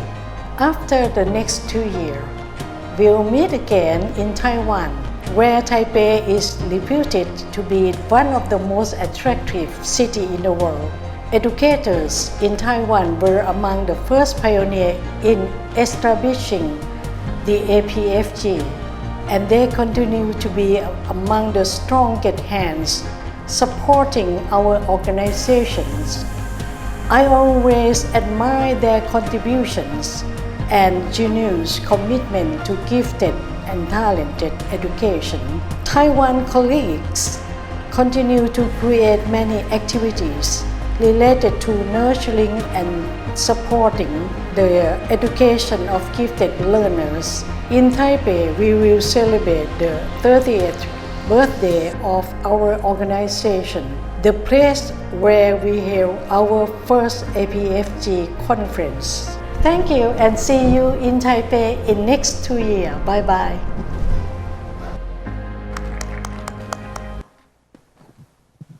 Thank you, Dr. Usani, for your touching closing remarks. Next is the time to introduce the 17th Asia Pacific Conference on Giftedness in 2020. Professor Qing-Chi Kuo from Taiwan will briefly introduce the next APCG in 2020 for your information and participation. Good morning, ladies and gentlemen. I'm Qing-Chi Kuo from National Taiwan Normal University. First, congratulations for the success of the 16th Asia-Pacific Conference on Giftedness. Thank you so much for the hard work of the organizing committee. Now, I'm very happy to announce that the next conference will be held in Taiwan. Welcome you to Taipei. The 17th Asia-Pacific Conference on Giftedness and Youth Summit will be held from July 6 to July 10, 2022. The conference venues will be at the National Taiwan Normal University, Howard International House, and also National Taiwan Science Education Center. Of course, the Science Education Center is for Youth Summit. The conference theme will be Embracing Diversity, Blooming Talents. Our registration fee is quite reasonable. Welcome you to join us. The Youth Summit. The participants of each country region will be invited to send a delegation of 1 teacher and 6 to 8 students. Participants from 20 countries and regions are expected. The target students are middle and high school students aged from 13 to 16. The Youth Summit program will be focused on hand-on project and its presentation. Students will be divided into multinational teams, get hand-on experience in the scientific and technology knowledge base, and have a chance to network with peers. For students, the registration fee is free, and it will be provided for each country delegation of up to 6 to 8 students and 1 teacher. For the accommodation options, so far we have the Howard Plaza Hotel, Caesar Park Hotel, the Grand Hotel, Ambassador Hotel, and Howard International House. Taiwan is a beautiful island. It was named Formosa, beautiful Formosa. With a Taiwan pass, you can travel to our cities and counties very easily. Welcome you again.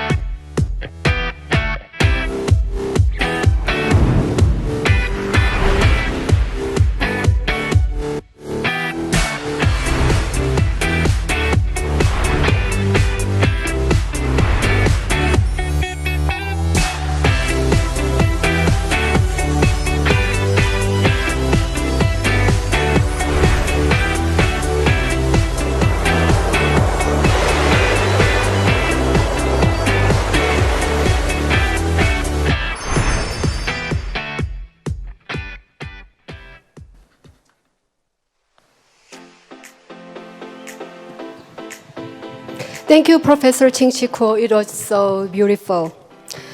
Next, 17th APCG in 2022. I'm so sorry that I'm so obsessed this year's conference. I think I told you the 17th is in 2020. It's not 2020. 17th APCG is in 2022. I hope to meet all of you here face-to-face that time in Taiwan 2 years from now without any worries or concerns about COVID-19 that time. Next, our final closing speech is from Professor and President Jae-ho Lee, President of the Korean Society for the Gifted, and also the Chair of the Organizing Committee of this 16th Asia Pacific Conference on Giftedness. Let's welcome President Jae-ho Lee to the podium with a big round of applause.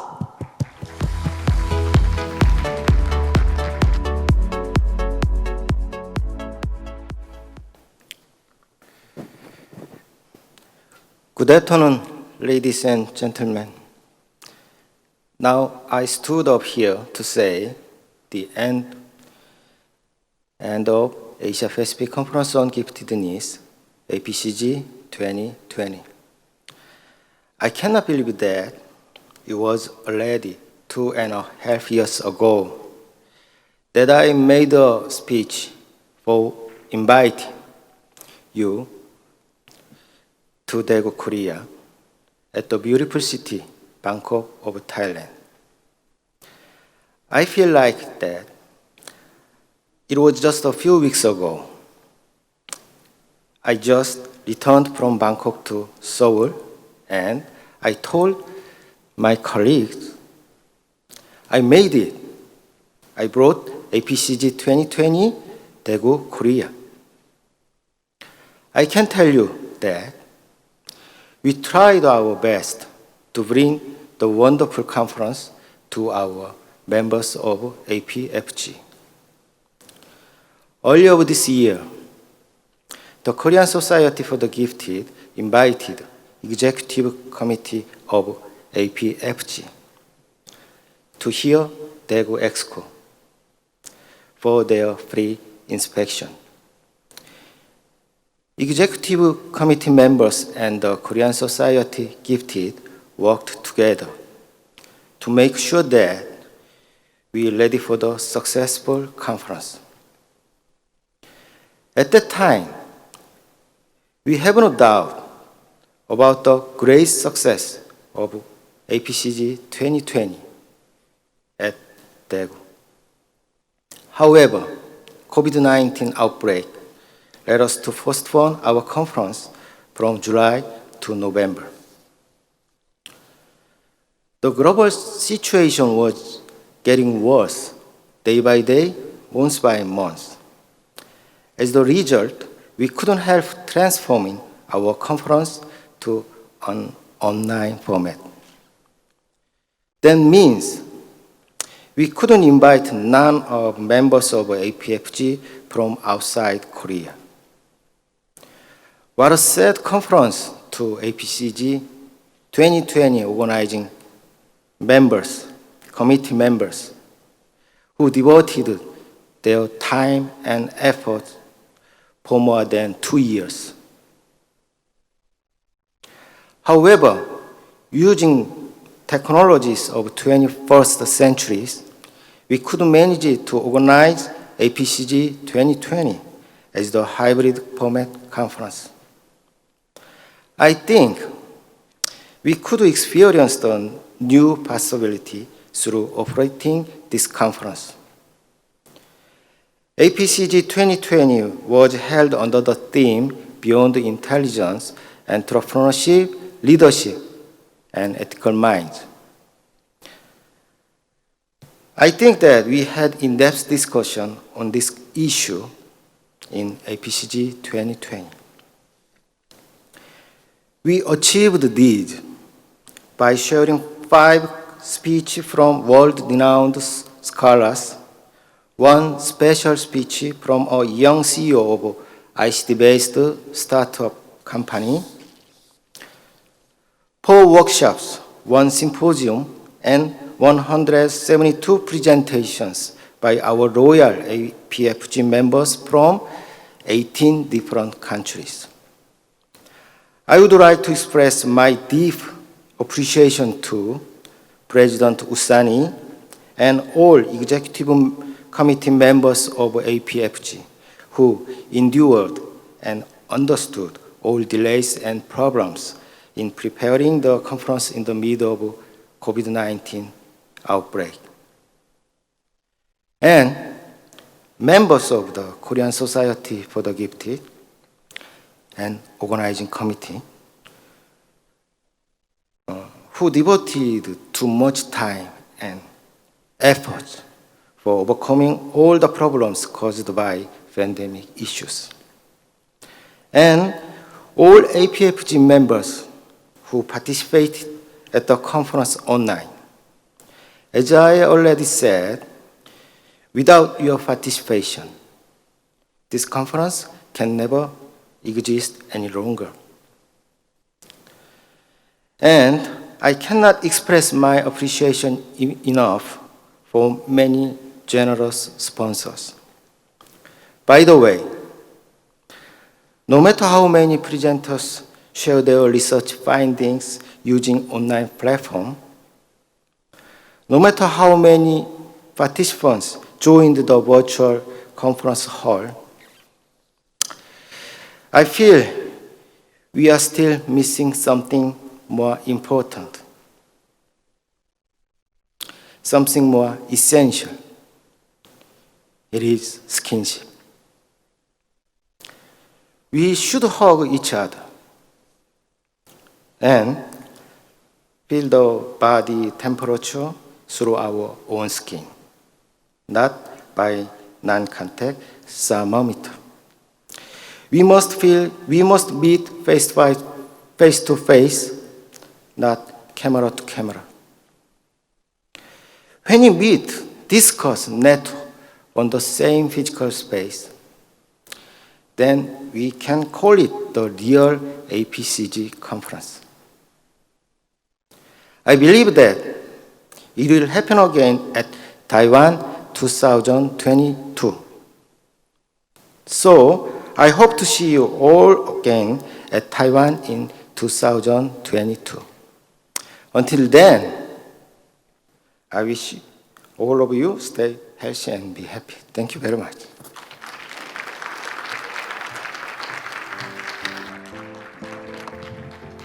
Thank you so much, President Jae-ho Lee.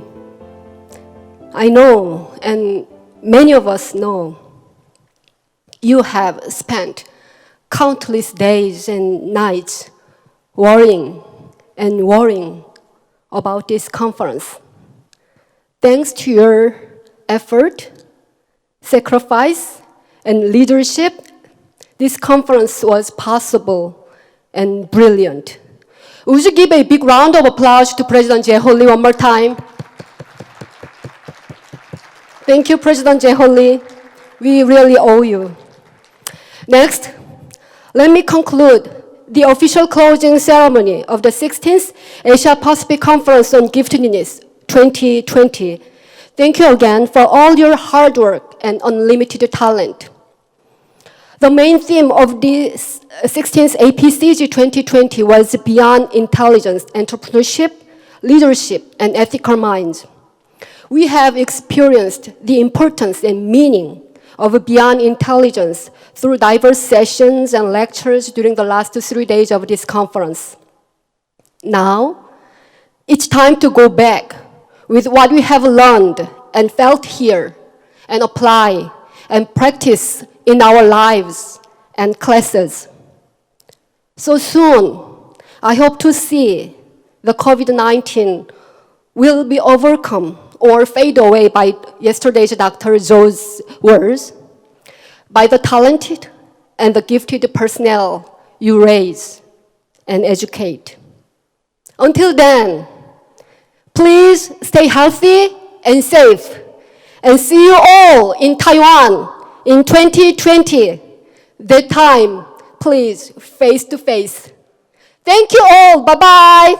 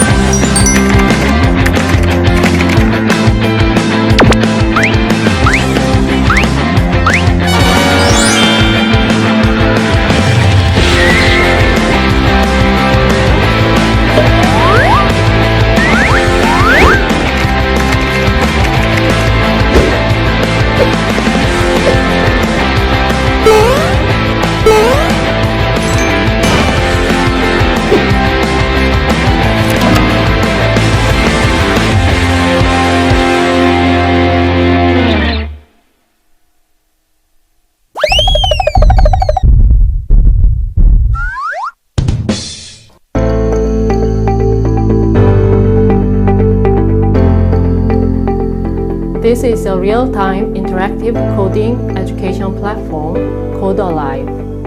Hello, I am Eun-Young Kim, a coding education specialist from CMS Edu, in charge of developing educational content in CodeAlive. I'm very pleased to introduce this special software that helps you learn to code using Python in an incomparably easy and immersive way for you, especially the gifted students who have valuable potential as global leaders in the future. In the fourth industrial revolution era, I believe the purpose of the gifted education is not only nurturing students' intelligence, but also developing the ability to realize their creative and revolutionary ideas. Coding education becomes essential on that point.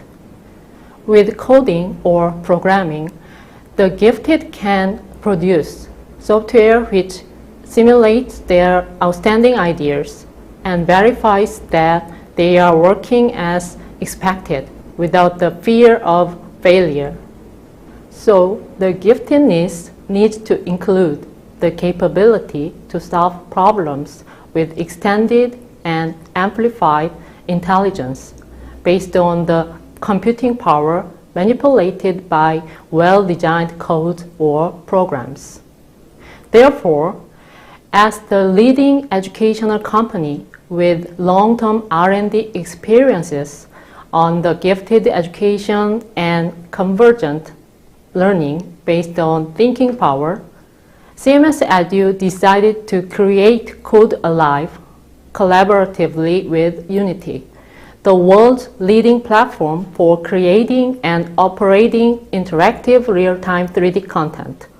Unity's state-of-the-art technology and CMS Edu's creativity on educational content development are well united to make CodeAlive differentiated from other coding education tools. The first differentiation is that students can learn Python through real-time interactive learning in CodeAlive. Python's low barrier to entry is the biggest reason chosen by the beginner. But for young people, it is not that easy to finish the lectures without interactivity. CodeAlive makes the learners do some activities like drag and drop, filling blanks, or writing code to complete the given missions and shows the result interactively in real time. That is the virtue of the CodeAlive, fascinating both the beginner and the intermediate, and immersing them in coding like doing fun games. The visual programming is the second distinction. For the young people who feel comfortable and familiar with 3D computer graphics and online games, this type of learning is like a mission-oriented 3D game, giving them a high level of concentration. Additionally, in CodeAlive, the real-time coding is available. After learning basic concepts of Python, the students can design and make their own games creatively with Python. We choose Python as a programming language in CodeAlive because Python is the most popular and promising programming language in real world. Especially, Python is taking an unrivaled position in developing artificial intelligence and machine learning, which are essential tools we need to understand and utilize for solving problems we would face in all areas. Coding education with educational programming languages like Scratch or MakeCode, also known as block coding languages, is easy to learn and has lots of fun features. But it has clear limitations in that they are not able to make high-level and practical applications related to data science, machine learning, artificial intelligence, and etc. In addition, block coding is a tool more suitable for creativity development than problem-solving skills, while CodeLive improves logical thinking and problem-solving skills by focusing on finding and solving problems in a given situation. Learning versatile Python in an easy and fun way with CodeLive is an optimal combination for the coding education, taking full advantages of both block coding and text coding. Lastly, the courseware of CodeLive is well organized from tutorial through practice and challenge to quiz and summary.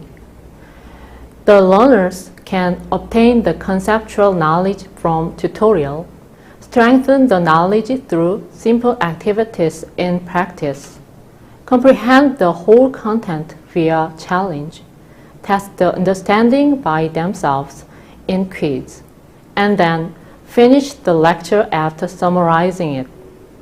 One lecture in CodeLive contains all the materials to make the learners understand the main subject of that lecture fully enough.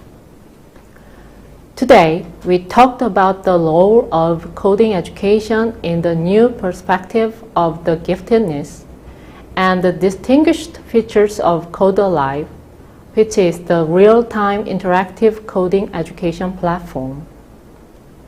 We believe that the learning to code with CodeLive provides effective methods for the young people to express their ideas with codes, to be optimistic and brave about new technologies, and ultimately to create their jobs and their futures. Thank you for your attention and hope to see you again. Bye.